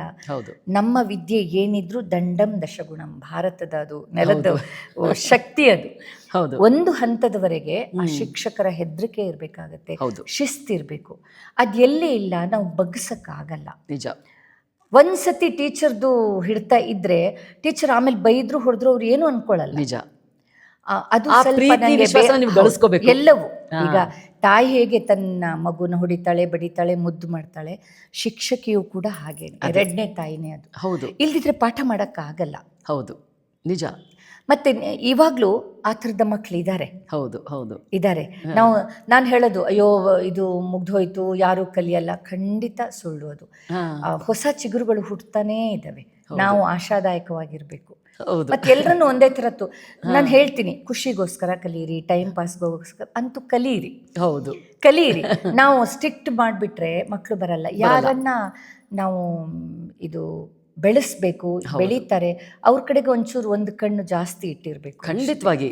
ಯಾಕಂದ್ರೆ ಅವರು ಹೋಗಿ ಅದನ್ನ ಉನ್ನತಕ್ಕೆ ಏರ್ಸದಿದ್ರು ಪರವಾಗಿಲ್ಲ, ಡೈಲ್ಯೂಟ್ ಮಾಡಬಾರ್ದು. ನಿಮಗೂ ನೆನಪಿರ್ಬೋದು, ಒಂದು ಮಾತು ಹೇಳ್ತಿದ್ರು ಸ್ಟೂಡೆಂಟ್ಸ್ ಬಗ್ಗೆ ಮಾತಾಡಿದಾಗ, ಕಾಳುಗಳು ನೆನೆ ಹಾಕಿದಾಗ ಗಟ್ಟಿ ಕಾಳುಗಳು ಕೆಳಗೆ ಉಳಿಯುತ್ತೆ, ತೂತ್ ಬಿದ್ದ ಕಾಳುಗಳು ತೇಲ್ಕೊಂಡು ಹೋಗುತ್ತವೆ ಅಂತ. ಯಾರಿಗೆ ಇಂಟ್ರೆಸ್ಟ್ ಇಲ್ಲ ಅವರು ಬಿಟ್ಬಿಟ್ಟು ಹೋಗ್ತಾರೆ. ನಿಜ. ಯಾವುದೇ ಸಂದರ್ಭದಲ್ಲಿ, ಇದು ನೃತ್ಯಕ್ಕೆ ಮಾತ್ರ ಅಲ್ಲ, ಎಲ್ಲ ವಿಷಯದಲ್ಲೂ ಖಂಡಿತ. ಬಟ್ ಅದರ ಆಸಕ್ತಿ, ಅದರ ಒಂದು ಟೇಸ್ಟ್ ಗೊತ್ತಾದ ಮಕ್ಕಳು ಕಷ್ಟಪಡ್ತಾರೆ. ಈಗಿನ ಮಕ್ಕಳು ತುಂಬಾ ಬ್ರಿಲಿಯಂಟ್ ಇದ್ದಾರೆ. ನಾವು 5 ವರ್ಷದಲ್ಲಿ ಕಲಿಯೋದು ಅವ್ರು 1 ವರ್ಷದಲ್ಲಿ ಕಲಿತಾರೆ. ಅದಕ್ಕೆ ಬೇಕಾದ ಸಲಕರಣೆಗಳು ಕೂಡ ಹೌದು ಅವ್ರ ಹತ್ರ ಇದೆ. ಖಂಡಿತ. ಆದ್ರಿಂದ ಶಿಕ್ಷಕರು ಆಶಾದಾಯಕವಾಗಿರ್ಬೇಕು. ತುಂಬಾ ಸ್ಟ್ರಿಕ್ಟ್ ಮಾಡಿದ್ರು, ಈ ಕೊಂಬೆನ ಅಥವಾ ಕಬ್ಬಿಣ ತುಂಬಾ ಬೆಂಡ್ ಮಾಡಿದ್ರೆ ಕಟ್ಟಾಗತ್ತೆ. ಅವರಿಗೂ ಒಂದ್ ಸ್ವಲ್ಪ ಸ್ಪೇಸ್ ಕೊಡ್ಬೇಕು, ಟೈಮ್ ಕೊಡ್ಬೇಕು. ಹೌದು. ಮತ್ತೆ ಕೆಲವೊಮ್ಮೆ ಈಗ ನಾನು ಎಕ್ಸಾಮ್ ವಿಷಯದಲ್ಲಿ ನೋಡಿದ್ದೀನಿ, ವಿದ್ವತ್ ಜಸ್ಟ್ ಪಾಸ್ ಆದವರು ಮುಂದೆ ದೊಡ್ಡ ದೊಡ್ಡ ಟೀಚರ್ಸ್ಗಳು ಆದವರು ಇದ್ದಾರೆ. ನಿಜ. ಅಂದ್ರೆ ಆ ಚೈಲ್ಡಿಶ್ ನೇಚರ್ ಹೋಗಿ ತುಂಬಾ ಸೀರಿಯಸ್ ಆದವರು ಇದ್ದಾರೆ. ಹೌದು. ಫಸ್ಟ್ ರ್ಯಾಂಕು, ಗೋಲ್ಡ್ ಮೆಡಲ್ ತಗೊಂಡವರು ನೃತ್ಯವನ್ನ ಬಿಟ್ಬಿಟ್ಟು ಮದುವೆ ಆದವರು ಇದ್ದಾರೆ. ಆದ್ರಿಂದ ನಿಮ್ಮ ಲೈಫಲ್ಲಿ ಯಾವಾಗ ಟರ್ನಿಂಗ್ ಪಾಯಿಂಟ್ ಬರುತ್ತೆ ಅದನ್ನ ನಾವು ಡಿಸೈಡ್ ಮಾಡೋದು ಬೇಡ. ನಾವು ಒಂದೇ ಥರ ಕಲಿಸಬೇಕು. ಕಲಿಸೋದು ನಮ್ಮ ಕರ್ತವ್ಯ. ಅವ್ರು ಎಷ್ಟು ತಗೊಳ್ತಾರೋ ಅವ್ರಿಗೆ ಬಿಟ್ಟಿದ್ದು. ಹೌದು ಹೌದು. ಆಮೇಲೆ ಕೃಪಕ್ಕ, ನೀವು ಒಂದು ದೂರದ ಹಳ್ಳಿ, ಚಿಕ್ಕ ಹಳ್ಳಿಯಿಂದ ಬಂದಂಥವ್ರು, ಈಗ ಒಂದು ಒಳ್ಳೆ ಹೆಸರು ಮಾಡಿದ್ದೀರಾ, ಖ್ಯಾತಿಯನ್ನು ಗಳಿಸಿದ್ದೀರಾ, ಎಲ್ಲ ಅದನ್ನು ಮಾಡ್ತಾ ಇದ್ದೀರಾ. ಈಗ ಆ ರೀತಿಯಾಗಿ ಚಿಕ್ಕ ಪುಟ್ಟ ಊರಲ್ಲೂ ಕೂಡ ನಾನು ನೃತ್ಯ ಕಲಾವಿದೆ ಆಗಬೇಕು ಅನ್ನೋ ಆಸೆ ಇಟ್ಕೊಂಡಿರೋ ಸಾಕಷ್ಟು ಮಕ್ಕಳು ಇರ್ತಾರೆ, ಈಗಲೂ ಕೂಡ ಇರ್ತಾರೆ. ಸೊ ಆ ನಿಟ್ಟಿನಲ್ಲಿ ನಿಮಗೆ ಏನಾದರೂ ಒಂದು ಯೋಜನೆ ಅನ್ಸುತ್ತಾ? ಖಂಡಿತ ಅನ್ಸುತ್ತೆ ನನಗೆ. ಅದೇ ನಾವೆಲ್ಲ ಕಲಿತು ಸಿಟಿಗೆ ಬಂದು ಸೆಟ್ಲ್ ಆಗ್ತೀವಿ, ಹಳ್ಳಿಗೆ ಯಾರು ಹೋಗೋದು ಅಂತ ಇತ್ತು. ನಾನು ತುಂಬ ಸಲ ಅಂದ್ಕೊಂಡಿದ್ದೆ ನಮ್ಮ ಊರಿಗೆ ಹೋಗಿ ಮತ್ತೆ ನಾನು ಪಾಠ ಮಾಡಬೇಕು ಅಂತ. ಒಂದು ತುಂಬ ದೂರ ಇರೋದ್ರಿಂದ, ಆಮೇಲೆ ಇನ್ನೊಂದು, ಈಗ ನಮ್ಮ ಊರು ಬಹಳ ಇಂಪ್ರೂವ್ ಆಗಿದೆ, ದೊಡ್ಡ ಸಿಟಿ ಆಗಿದೆ, ಅನೇಕ ಒಳ್ಳೆಯ ಶಿಕ್ಷಕರು ಇದ್ದಾರೆ. ಆದ್ರಿಂದ ಅದೊಂದು ಸಮಾಧಾನ. ಆದ್ರೂ ಈಗ ನಾನು ಬೇರೆ ಬೇರೆ ಸುಮಾರು ಹಳ್ಳಿಗಳಿವೆ ಆ ಥರ. ಹೌದು. ಅದಕ್ಕೆ ಏನ್ ಮಾಡ್ತಿದ್ದೀನಿ ಅಂದ್ರೆ, 1-2 ವರ್ಷದ ಹಿಂದೆ ಕೊರೋನಾದಲ್ಲಿ ಶುರು ಮಾಡಿದ್ದು, ಬಟ್ ಅದು ಸೀರಿಯಸ್ ಆಗಿ ಇಲ್ಲ, ಸ್ವಲ್ಪ ನನ್ನ ಒಂದು ಉದಾಸೀನದಿಂದ ಸ್ವಲ್ಪ ಹಿಂದಕ್ಕೆ ಬಿದ್ದಿದೆ. ನಾನು ಯೂಟ್ಯೂಬ್ ಅಲ್ಲಿ ಥಿಯರಿ ಕ್ಲಾಸ್ ಮಾಡ್ತಾ ಇದ್ದೀನಿ. ನೋಡಿ, ನೀವು 10 ಹೆಜ್ಜೆ ಆಲ್ರೆಡಿ ಮುಂದೆ ಇದ್ದೀರಾ ನೀವು. ಪುಸ್ತಕಗಳು ಸಿಗದೇ ಇದ್ದವರು ಅಥವಾ ಟೀಚರ್ಸ್ ಸರಿ ಇಲ್ಲದೆ ಇದ್ದವರು ಯೂಟ್ಯೂಬ್ ನೋಡಿ ಕಲೀಲಿ ಅಂತ. ಥಿಯರಿ ಅಂದರೆ ಪ್ರಾಕ್ಟಿಕಲ್. ಈಗ ಪತಾಕ, ತ್ರಿಪತಾಕ ಮಕ್ಕಳಿಗೆ ಅರ್ಥ ಆಗಲ್ಲ, ಅದನ್ನು ವಿಡಿಯೋ ನನ್ನ ಸ್ಟೂಡೆಂಟ್ಸ್ ಕೈಯಲ್ಲಿ ವಿಡಿಯೋ ಮಾಡಿಸಿ ಕನ್ನಡದಲ್ಲಿ, ಇಂಗ್ಲೀಷಲ್ಲಿ ನಿಮ್ಗೆ ಸಿಗುತ್ತೆ, ಕನ್ನಡದಲ್ಲಿ ಸಿಗೋದು ಕಷ್ಟ, ಕನ್ನಡದಲ್ಲಿ ವಿಡಿಯೋ ಮಾಡಿ ಒಂದು 35 ವಿಡಿಯೋ ಆಗಲೇ ಬಿಟ್ಟಿದ್ದೀನಿ. ಅಂದರೆ ಏನಾಗುತ್ತೆ, ಸಮಯ ಬೇಕಾಗುತ್ತೆ. ನಾನು ಅದನ್ನು ತುಂಬ ಸಲ ಓದಿ ಅರ್ಥ ಮಾಡಿಕೊಂಡು ಒಂದು 10 ನಿಮಿಷದ ವಿಡಿಯೋಗಳೇ ಒಂದು ಮಾಡೋದಾದರೂ ಒಂದು 3-4 ದಿವಸದ್ದು ಪ್ರಿಪ್ರೇಷನ್ ಬೇಕಾಗುತ್ತೆ. ಸೊ ಅದನ್ನು ಶುರು ಮಾಡಿದ್ದೀನಿ, ಅದನ್ನ ಕಂಟಿನ್ಯೂನು ಮಾಡ್ತೀನಿ. ಏನಂದರೆ ನನಗೆ ಮಕ್ಕಳ ಮೇಲೆ ಡಿಪೆಂಡೆನ್ಸಿ, ವಿಡಿಯೋ ಮಾಡಬೇಕು, ಎಡಿಟಿಂಗ್ ಮಾಡಬೇಕು, ಅದೆಲ್ಲ ಮಕ್ಕಳು ಸಿಗಬೇಕು. ಆಮೇಲೆ ಶಬ್ದ ಇರಬಾರ್ದು ರೆಕಾರ್ಡ್ ಮಾಡುವಾಗ. ಕ್ಲಾಸ್ ಮುಗಿಯುವಾಗಲೇ ರಾತ್ರಿ 9 ಗಂಟೆ ಆಗುತ್ತೆ, ಆಮೇಲೆ ಸುಸ್ತಾಗುತ್ತೆ. ಈ ಥರದ್ದೆಲ್ಲ ಕಾರಣದಿಂದ ಸ್ವಲ್ಪ ನಿಧಾನ ಆಗಿದೆ, ಬಟ್ ನಿಲ್ಸಲ್ಲ. ಅದೊಂದು. ಇನ್ನೊಂದು, ನನ್ನ ಸ್ಟೂಡೆಂಟ್ ರೂಪಶ್ರೀ ಮಧುಸೂದನ್, ಅವಳಿಗೆ ಹೇಳಿ ಪುಸ್ತಕವನ್ನು ಬರೆಸಿರೋದು. ಅಂದರೆ ನಾನು ಅವಳಿಗೆ ಹೇಳಿದೆ, ನನ್ನ ವಿಡಿಯೋ ಕೂಡ ನೀವು ನೋಡಿದ್ರೆ ಅರ್ಥ ಆಗುತ್ತೆ. ಕೆಲವು ನನ್ನ ಗುರುಗಳೇ ಹೇಳಿದರು, ನೀವು ಇನ್ನೂ ಸ್ವಲ್ಪ ಸ್ಟ್ಯಾಂಡರ್ಡಾಗಿ ಮಾತಾಡಬಹುದಿತ್ತು ಅಂತ. ಅದಕ್ಕೆ ಕ್ಷಮೆ ಇರಲಿ ಸರ್. ನನ್ನ ಕಣ್ಣ ಮುಂದೆ ಇರೋದು ಒಂದು 10 ವರ್ಷದ ಮಗು. ನಿಜ. 10 ವರ್ಷದ ಮಗುಗೆ ಹೇಗೆ ಸರಳವಾಗಿ ಹೇಳಬೇಕು ಹಾಗೆ. ಸೀನಿಯರ್ ಅಂದರೆ 14 ವರ್ಷದ ಮಗು. ಹೌದು. ಆಯ್ತು. ರೂಪಶ್ರೀಗೂ ನಾನು ಹಾಗೆ ಹೇಳಿದ್ದೆ, ರೂಪಶ್ರೀ ನಿನಗೆ ಜ್ಞಾನ ಇದೆ ಅಂತ ಇಷ್ಟಿಷ್ಟುದ್ದ ಬರಿಬೇಡ. ಮಕ್ಕಳಿಗೆ ವಿದ್ವಾಂಸರಿಗೆ ಓದಲಿಕ್ಕೆ ನಾಟ್ಯಶಾಸ್ತ್ರ ಇದೆ, ಅಭಿನಯ ದರ್ಪಣ ಇದೆ. ನಿನ್ನ ಉದ್ದೇಶ 10 ವರ್ಷದ ಮಗು ಸರಳವಾದ ಭಾಷೆಯಲ್ಲಿ, ಯಾಕಂದ್ರೆ ಈಗ ಬರೆಯಕ್ ಬರೋದೇ ಇಲ್ಲ. ಅದು ವ್ಯಾಲ್ಯೂಯೇಷನ್ಗೆ ಹೋದಾಗ ಗೊತ್ತಾಗುತ್ತೆ ಎಂಥ ಹಾಸ್ಯ ಪ್ರಸಂಗ ಅಂದರೆ, ಒಂದೊಂದು ಸ್ಪೆಲ್ಲಿಂಗ್ ನೋಡಿದ್ರೆ ನಮಗೂ ಹೌದು ತುಂಬಾ ಹಾಸ್ಯಾತ್ಮಕ. ಎಲ್ಲರೂ ಸೇರಿದಾಗ ಈ ಕರೆಕ್ಷನ್ಗೆ ಹೋದ ಮಕ್ಕಳು ಬಂದು ಒಂದ್ ದಿವಸ ಮೀಟಿಂಗ್ ಮಾಡ್ತಾರೆ, ಮೇಘಣ್ಣ ಹಂಗಿತ್ತು ಮೇಡಮ್, ಹಿಂಗಿತ್ತು. ಕಥಕ್ಕಳಿ ಅಂತ ಬರೆಯಕ್ಕೆ ಕತ್ತೆ ಕಳ್ಳಿ ಅಂತ ಬರೀತಾರೆ, ಶಿವಲಂಗ ಅಂತ ಬರೀತಾರೆ. ಅಂದ್ರೆ ಕನ್ನಡ ಬರೆಯೋದೇ. ಈ ಪರೀಕ್ಷೆಗಳನ್ನ ನಿಲ್ಲಿಸಲೇಬಾರ್ದು, ಅಟ್ಲೀಸ್ಟ್ ಮಕ್ಕಳು ಇಷ್ಟ. ಆದ್ರೆ ಇತ್ತೀಚೆಗೆ ಎಲ್ಲರೂ ಇಂಗ್ಲಿಷಲ್ಲಿ ಬರಿತೀವಿ ಮಿಸ್ ಅಂತಾರೆ. ಅದು ಸ್ವಲ್ಪ ಯೋಚನೆ ಮಾಡಬೇಕಾದ ವಿಷಯನೇ. ಹಾಗೆ ನಾವು ಮಾತಾಡುವಾಗ ಯಾವ ಸಭೆ, ನನ್ನ ಆಡಿಯನ್ಸ್ ಯಾರು ಅಂತ ಯೋಚನೆ ಮಾಡಬೇಕು. ನಿಜ. ಆದ್ರಿಂದ ಈ ಜೂನಿಯರ್ ಲೆವೆಲ್ಗೆ ಬಿಡಿಸಿ ಸರಳವಾದ ಕನ್ನಡದಲ್ಲಿ ಹೇಳಬೇಕು. ಈಗ ನೀವು ಪುಸ್ತಕ ಹೇಳಿದ್ರಿ ರೂಪಶ್ರೀ ಅವರು ಬರೆದಿರೋದು. ನನ್ನ ಮಗಳು ಕೂಡ ಜೂನಿಯರ್ ಸೀನಿಯರ್ ವಿದ್ವತ್, ಅಷ್ಟು ಪರೀಕ್ಷೆಗೆ ರೂಪಶ್ರೀ ಅವರ ಪುಸ್ತಕಗಳನ್ನೇ ರೆಫರ್ ಮಾಡೋದು. ಹೌದು. ಯಾವುದೋ ಒಂದು ಸಂದರ್ಭದಲ್ಲಿ ಒಂದು ಸಣ್ಣ ನೋಟ್ಸ್ ಮಾಡ್ಕೊಡುಮ್ಮ ಅಂತ ಅಂದ್ರೆ ತುಂಬಾ ಶ್ರದ್ಧೆಯಿಂದ ಮಾಡ್ಕೊಡ್ಲು. ತುಂಬಾ ಜ್ಞಾನ ಇದೆ ಅವರಿಗೆ. ಓದಿ ಆಮೇಲೆ ಅಂದ್ರೆ ಇದನ್ಯಾಕೆ ನಾವು ಪುಸ್ತಕ ಮಾಡಬಾರ್ದು ಅಂತ, ಅದಕ್ಕೆ ಶ್ರಮನೂ ಪಡ್ತಾಳೆ ಅವಳು. ಹೌದು. ಅದೊಂದು ನೃತ್ಯಗಿರಿಯ ಹೆಮ್ಮೆಯ ಕೊಡುಗೆ. ಖಂಡಿತ. ಹೌದು. ಹೀಗೆ ಈ ಥರ ಯೂಟ್ಯೂಬ್ ಚಾನಲ್ ಮಾಡಿ ವಿಡಿಯೋಗಳನ್ನ ಬಿಡ್ತಾ ಇದೀವಿ. ಮುಂದಕ್ಕದು ಪ್ರಾಕ್ಟಿಕಲ್ ಆಗಿದ್ದು ಟರ್ನ್ ಆಗ್ಬೋದು, ಗೊತ್ತಿಲ್ಲ. ಸಮಯ ಇದೇ ನಿಧಾನ. ಅಂದರೆ 10 ನಿಮಿಷಕ್ಕಿಂತ ಜಾಸ್ತಿ ಮಾಡಬಾರ್ದು ಅಂತ ಇದ್ದೀನಿ. ಯಾಕಂದರೆ ಮಕ್ಕಳಿಗೆ ಅಷ್ಟು ಪೇಷನ್ಸ್ ಇಲ್ಲ. ಹೌದು. ಅರ್ಧ ಗಂಟೆ 1 ಗಂಟೆ ಯಾರೂ ವಿಡಿಯೋ ನೋಡಲ್ಲ. ಆದರೂ ನನ್ನ ಮಗಳು ರೇಗಿಸ್ತಾರೆ, ಅಮ್ಮ ನಿನ್ನ ವಿಡಿಯೋ ನೋಡಿ ಯಾವನ್ ಡ್ಯಾನ್ಸ್ ಕಲಿತಾನೆ ಅಂತ. ಯಾವನ್ ಕಲಿತಾನೋ ಬಿಡ್ತಾನೋ, ಕೆಲವರಾದ್ರೂ ಕಲಿತಾರಲ್ವಾ. ಕೆಲವೊಮ್ಮೆ ಬೇರೆ ಊರಿಗೆಲ್ಲ ಹೋದಾಗ ಮಕ್ಕಳು ಬಂದು ನಮಸ್ಕಾರ ಮಾಡ್ತಾರೆ, ಯಾರಮ್ಮ ನೀವು? ಮಿಸ್ ನಾವು ವಿಡಿಯೋ ನೋಡಿ ಕಲ್ತ್ವಿ ನಿಮ್ದು ಅಂತ ಹೇಳುವಾಗ ಅದೆಷ್ಟು ಸಂತೋಷ, ಏನೋ ಸಾಧಿಸಿದೆ ಅನ್ನೋ ಹೆಮ್ಮೆ ನನಗಂತೂ ಆಗುತ್ತೆ. ಹೌದು. ಎಲ್ಲೋ ಬಿಜಾಪುರ ಮೂಲೆ ಮೊಬೈಲ್ ಅಂತೂ ಎಲ್ಲರ ಹತ್ರ ಇರುತ್ತೆ ಈಗ. ನಿಜ. ಮತ್ತೆ ಜನಸಾಮಾನ್ಯರಿಗೆ ಎಟಕದೇ ಇರುವ ವಿದ್ಯೆ, ಭರತನಾಟ್ಯ, ಸಂಗೀತ ಅಂತ ಎಲ್ಲ ಇದೆ. ಆ ಭಾವನೆ ಹೋಗ್ಲಿ. ಎಷ್ಟೋ ಜನ ಪೇರೆಂಟ್ಸು ನನ್ನ ವಿಡಿಯೋ ನೋಡಿ, ಮೇಡಮ್ ನಮಗೆ ಡಾನ್ಸ್ ಅಂದರೆ ಏನು ಗೊತ್ತಿರಲಿಲ್ಲ, ತುಂಬ ಚೆನ್ನಾಗಿ ಮಾತಾಡಿದ್ದೀರಾ, ನಮಗೆ ತುಂಬ ಗೊತ್ತಾಯಿತು ಅಂತಾರೆ. ಅಂದ್ರೆ ಯಾಕಂದರೆ ನಾನು ಕಠಿಣವಾದ ಶಬ್ದಗಳಾಗಲಿ ಏನಿದೆ ಟೆಕ್ನಿಕಲ್ ವರ್ಡ್ಸ್ ಅದನ್ನ ಯೂಸ್ ಮಾಡದೆ ಸರಳವಾಗಿ ಮಕ್ಕಳಿಗೆ ಅರ್ಥ ಆಗೋ ರೀತಿ ಮಾತಾಡಿದ್ದೀನಿ. ಸೊ ಅದರಿಂದ ಪೋಷಕರು ಜ್ಞಾನವಂತರಾಗೋದು ಕೂಡ ತುಂಬಾ ಮುಖ್ಯ, ತುಂಬಾ ಅಗತ್ಯ. ಆಮೇಲೆ ಸಣ್ಣ ಕೆಲಸಗಳು ಶುರು ಮಾಡಿ, ಸಣ್ಣದಲ್ಲ ಎಲ್ಲ ನೋಡಿ. ನಮ್ಮ ಗ್ರಾಮೀಣ ಪ್ರದೇಶಗಳಿಗೆ ಮೂಲೆಗೆ ರೀಚ್ ಆಗೋದು ಇದೆಯಲ್ಲ, ಅದು ತುಂಬಾ ದೊಡ್ಡ ಕಾರ್ಯ. ಇತ್ತೀಚೆಗೆ ಒಂದು 2-3 ವರ್ಕ್ಶಾಪ್ ಮಾಡಿದೆ ಇಲ್ಲಿ ಭಾರತೀಯ ನೃತ್ಯ ಕಲಾ ಪರಿಷತ್ತು ಮೈಸೂರಿನ ಅವರು ಸೆಕ್ರೆಟರಿ ಮುದಿನಿ ಅಜ್ಜಿ ಅವರು ಹೇಳಿದೆ ಇದೇ ಥರ. ಆಗ ಅವರು ಸರಿ ಅಕ್ಕ, ಹಾಗಾದ್ರೆ ನಾವು ಹಳ್ಳಿಗೆ ಹೋಗಿ ವರ್ಕ್ಶಾಪ್ ಮಾಡೋಣ ಅಂತ. ಅದು ಮುಖ್ಯ. ಮಂಡ್ಯದ ಒಂದು ಹಳ್ಳಿನಲ್ಲಿ ಮಾಡಿದ್ವಿ ನೋಡಿ. ಈ ಥರ ಕಮ್ಮಿ ಶುಲ್ಕವನ್ನು ಇಟ್ಟು 2 ದಿವಸ ನಾನು ವರ್ಕ್ಶಾಪ್ ಮಾಡಿದ್ದು. ಆದರೆ ಆ ಮಕ್ಕಳಿಗೆ 1-2 ದಿವಸ ಬಹುಶಃ ಮೆಮೊರೇಬಲ್ ಡೇ ಆಗುತ್ತೆ. ಮತ್ತೆ ಡಾನ್ಸ್ ಟೀಚರ್, ಅವ್ರ ಟೀಚರ್ ಇದ್ದೇ ಇರ್ತಾರೆ, ಅವರು ಅದನ್ನ ಮುಂದುವರಿಸ್ಕೊಂಡು ಹೋಗ್ತಾರೆ. ಆ ಥರ ತುಂಬಾ ಹಳ್ಳಿಗಳಲ್ಲಿ ಮಾಡಬೇಕು ಅನ್ನೋ ಆಸೆ ಇದೆ. ಅದು ಒಳ್ಳೇದಾಗುತ್ತೆ, ಆಗಲಿ. ಆಮೇಲೆ ನೋಡಿ, ನಿಮಗೆ ನಾಟ್ಯ ರಾಣಿ ಶಾಂತಲಾ, ಕಿತ್ತೂರು ರಾಣಿ ಚೆನ್ನಮ್ಮ ಪ್ರಶಸ್ತಿ, ಇನ್ನೂ ಸಾಕಷ್ಟು ಪ್ರಶಸ್ತಿಗಳು ನಿಮಗೆ ಬಂದಿದೆ. ಇನ್ನೂ ಹೆಚ್ಚಿನ ಪ್ರಶಸ್ತಿಗಳು ಬಂದು ಆಮೇಲೆ ನಿಮಗೆ ಒಂದು ಸ್ಥಾನಮಾನ ದೊರಕುವಂತಹ ಒಂದು ಕೆಲಸವನ್ನು ಮಾಡುವಂತಹ ಒಂದು ಪೊಸಿಷನ್ ಕೂಡ ಸಿಗಲಿ ಅಂತ ನಾನು ಆಶಿಸ್ತೀನಿ. ಯಾಕೆ ಅಂತಂದರೆ, ನೀವು ಗ್ರಾಮೀಣ ಪ್ರದೇಶದಲ್ಲಿ ಕೆಲಸ ಮಾಡೋದಕ್ಕೆ ಆಯ್ಕೆ ಮಾಡ್ಕೊಂಡಿರೋದು ನನಗೆ ತುಂಬ ತುಂಬ ತೃಪ್ತಿ ಕೊಟ್ಟಿದೆ. ಅಲ್ಲಿ ಬೇಕಾಗಿರೋದು, ನಮ್ಮ ಸೇವೆ ಬೇಕಾಗಿರೋದು ಅಲ್ಲಿ ಯಾರಿಗೆ ಇದು ಎಟ್ಕಲ್ವೋ ಅಂಥವ್ರಿಗೆ ನಾವು ಹೋಗಿ ತಲುಪಿಸ್ಬೇಕು. ಆ ಕೆಲಸ ನೀವು ಮಾಡ್ತಾ ಇರೋದು ಮುಂದುವರ್ಕೊಂಡು ಹೋಗೋದಷ್ಟೇ ಅಲ್ಲ, ದೊಡ್ಡ ಮಟ್ಟದಲ್ಲಿ ಬೆಳೀಲಿ ಅಂತ ನಾನು ಆಶಿಸ್ತೀನಿ. ಆಮೇಲೆ ಇವತ್ತಿನ ದಿನ ನೀವು ನನಗೆ ಸಮಯ ಕೊಟ್ಟಿದ್ದು ದೊಡ್ಡ ವಿಚಾರ. ಯಾಕೆ ಅಂತಂದರೆ ಕೇವಲ ಇನ್ನು 1 ವಾರದಲ್ಲಿ ನಿಮ್ಮ ಮಗಳ ಮದುವೆ ಇದೆ. ಆದರೂ ಸಹ ನೀವು ಸಮಯ ಕೊಟ್ಟಿದ್ದೀರಾ, ನನಗೆ ತುಂಬ ಸಂತೋಷ ಆಯಿತು. ನಮಗೆ ಅಥವಾ ನನ್ನ ಜೀವನದಲ್ಲಿ ಕೆಲವು Murali master students very special. ಅದರಲ್ಲಿ ನೀವು ಒಬ್ರು. ಅಷ್ಟು ದೂರದಿಂದ ಅದೇ ಪ್ರೀತಿ. ಆಮೇಲೆ ಎಷ್ಟು ವರ್ಷದ ಅಂತರ ಇದ್ರೂ ನೀವು ಏನೂ ಚೇಂಜ್ ಆಗದೆ ನಮ್ಮ ಯಮುನಾ ಹಾಗೆ ಅವಾಗಿದ್ದು. ಬಟ್ ನೆನಪಾಗ್ತದೆ, ಎಷ್ಟು ಸೈಲೆಂಟ್ ಹುಡುಗಿ, ಹಿಂಗೆ ಅರಳು ಉರ್ದಾಗ ಪಟ ಪಟ ಪಟ ಮಾತಾಡೋದು.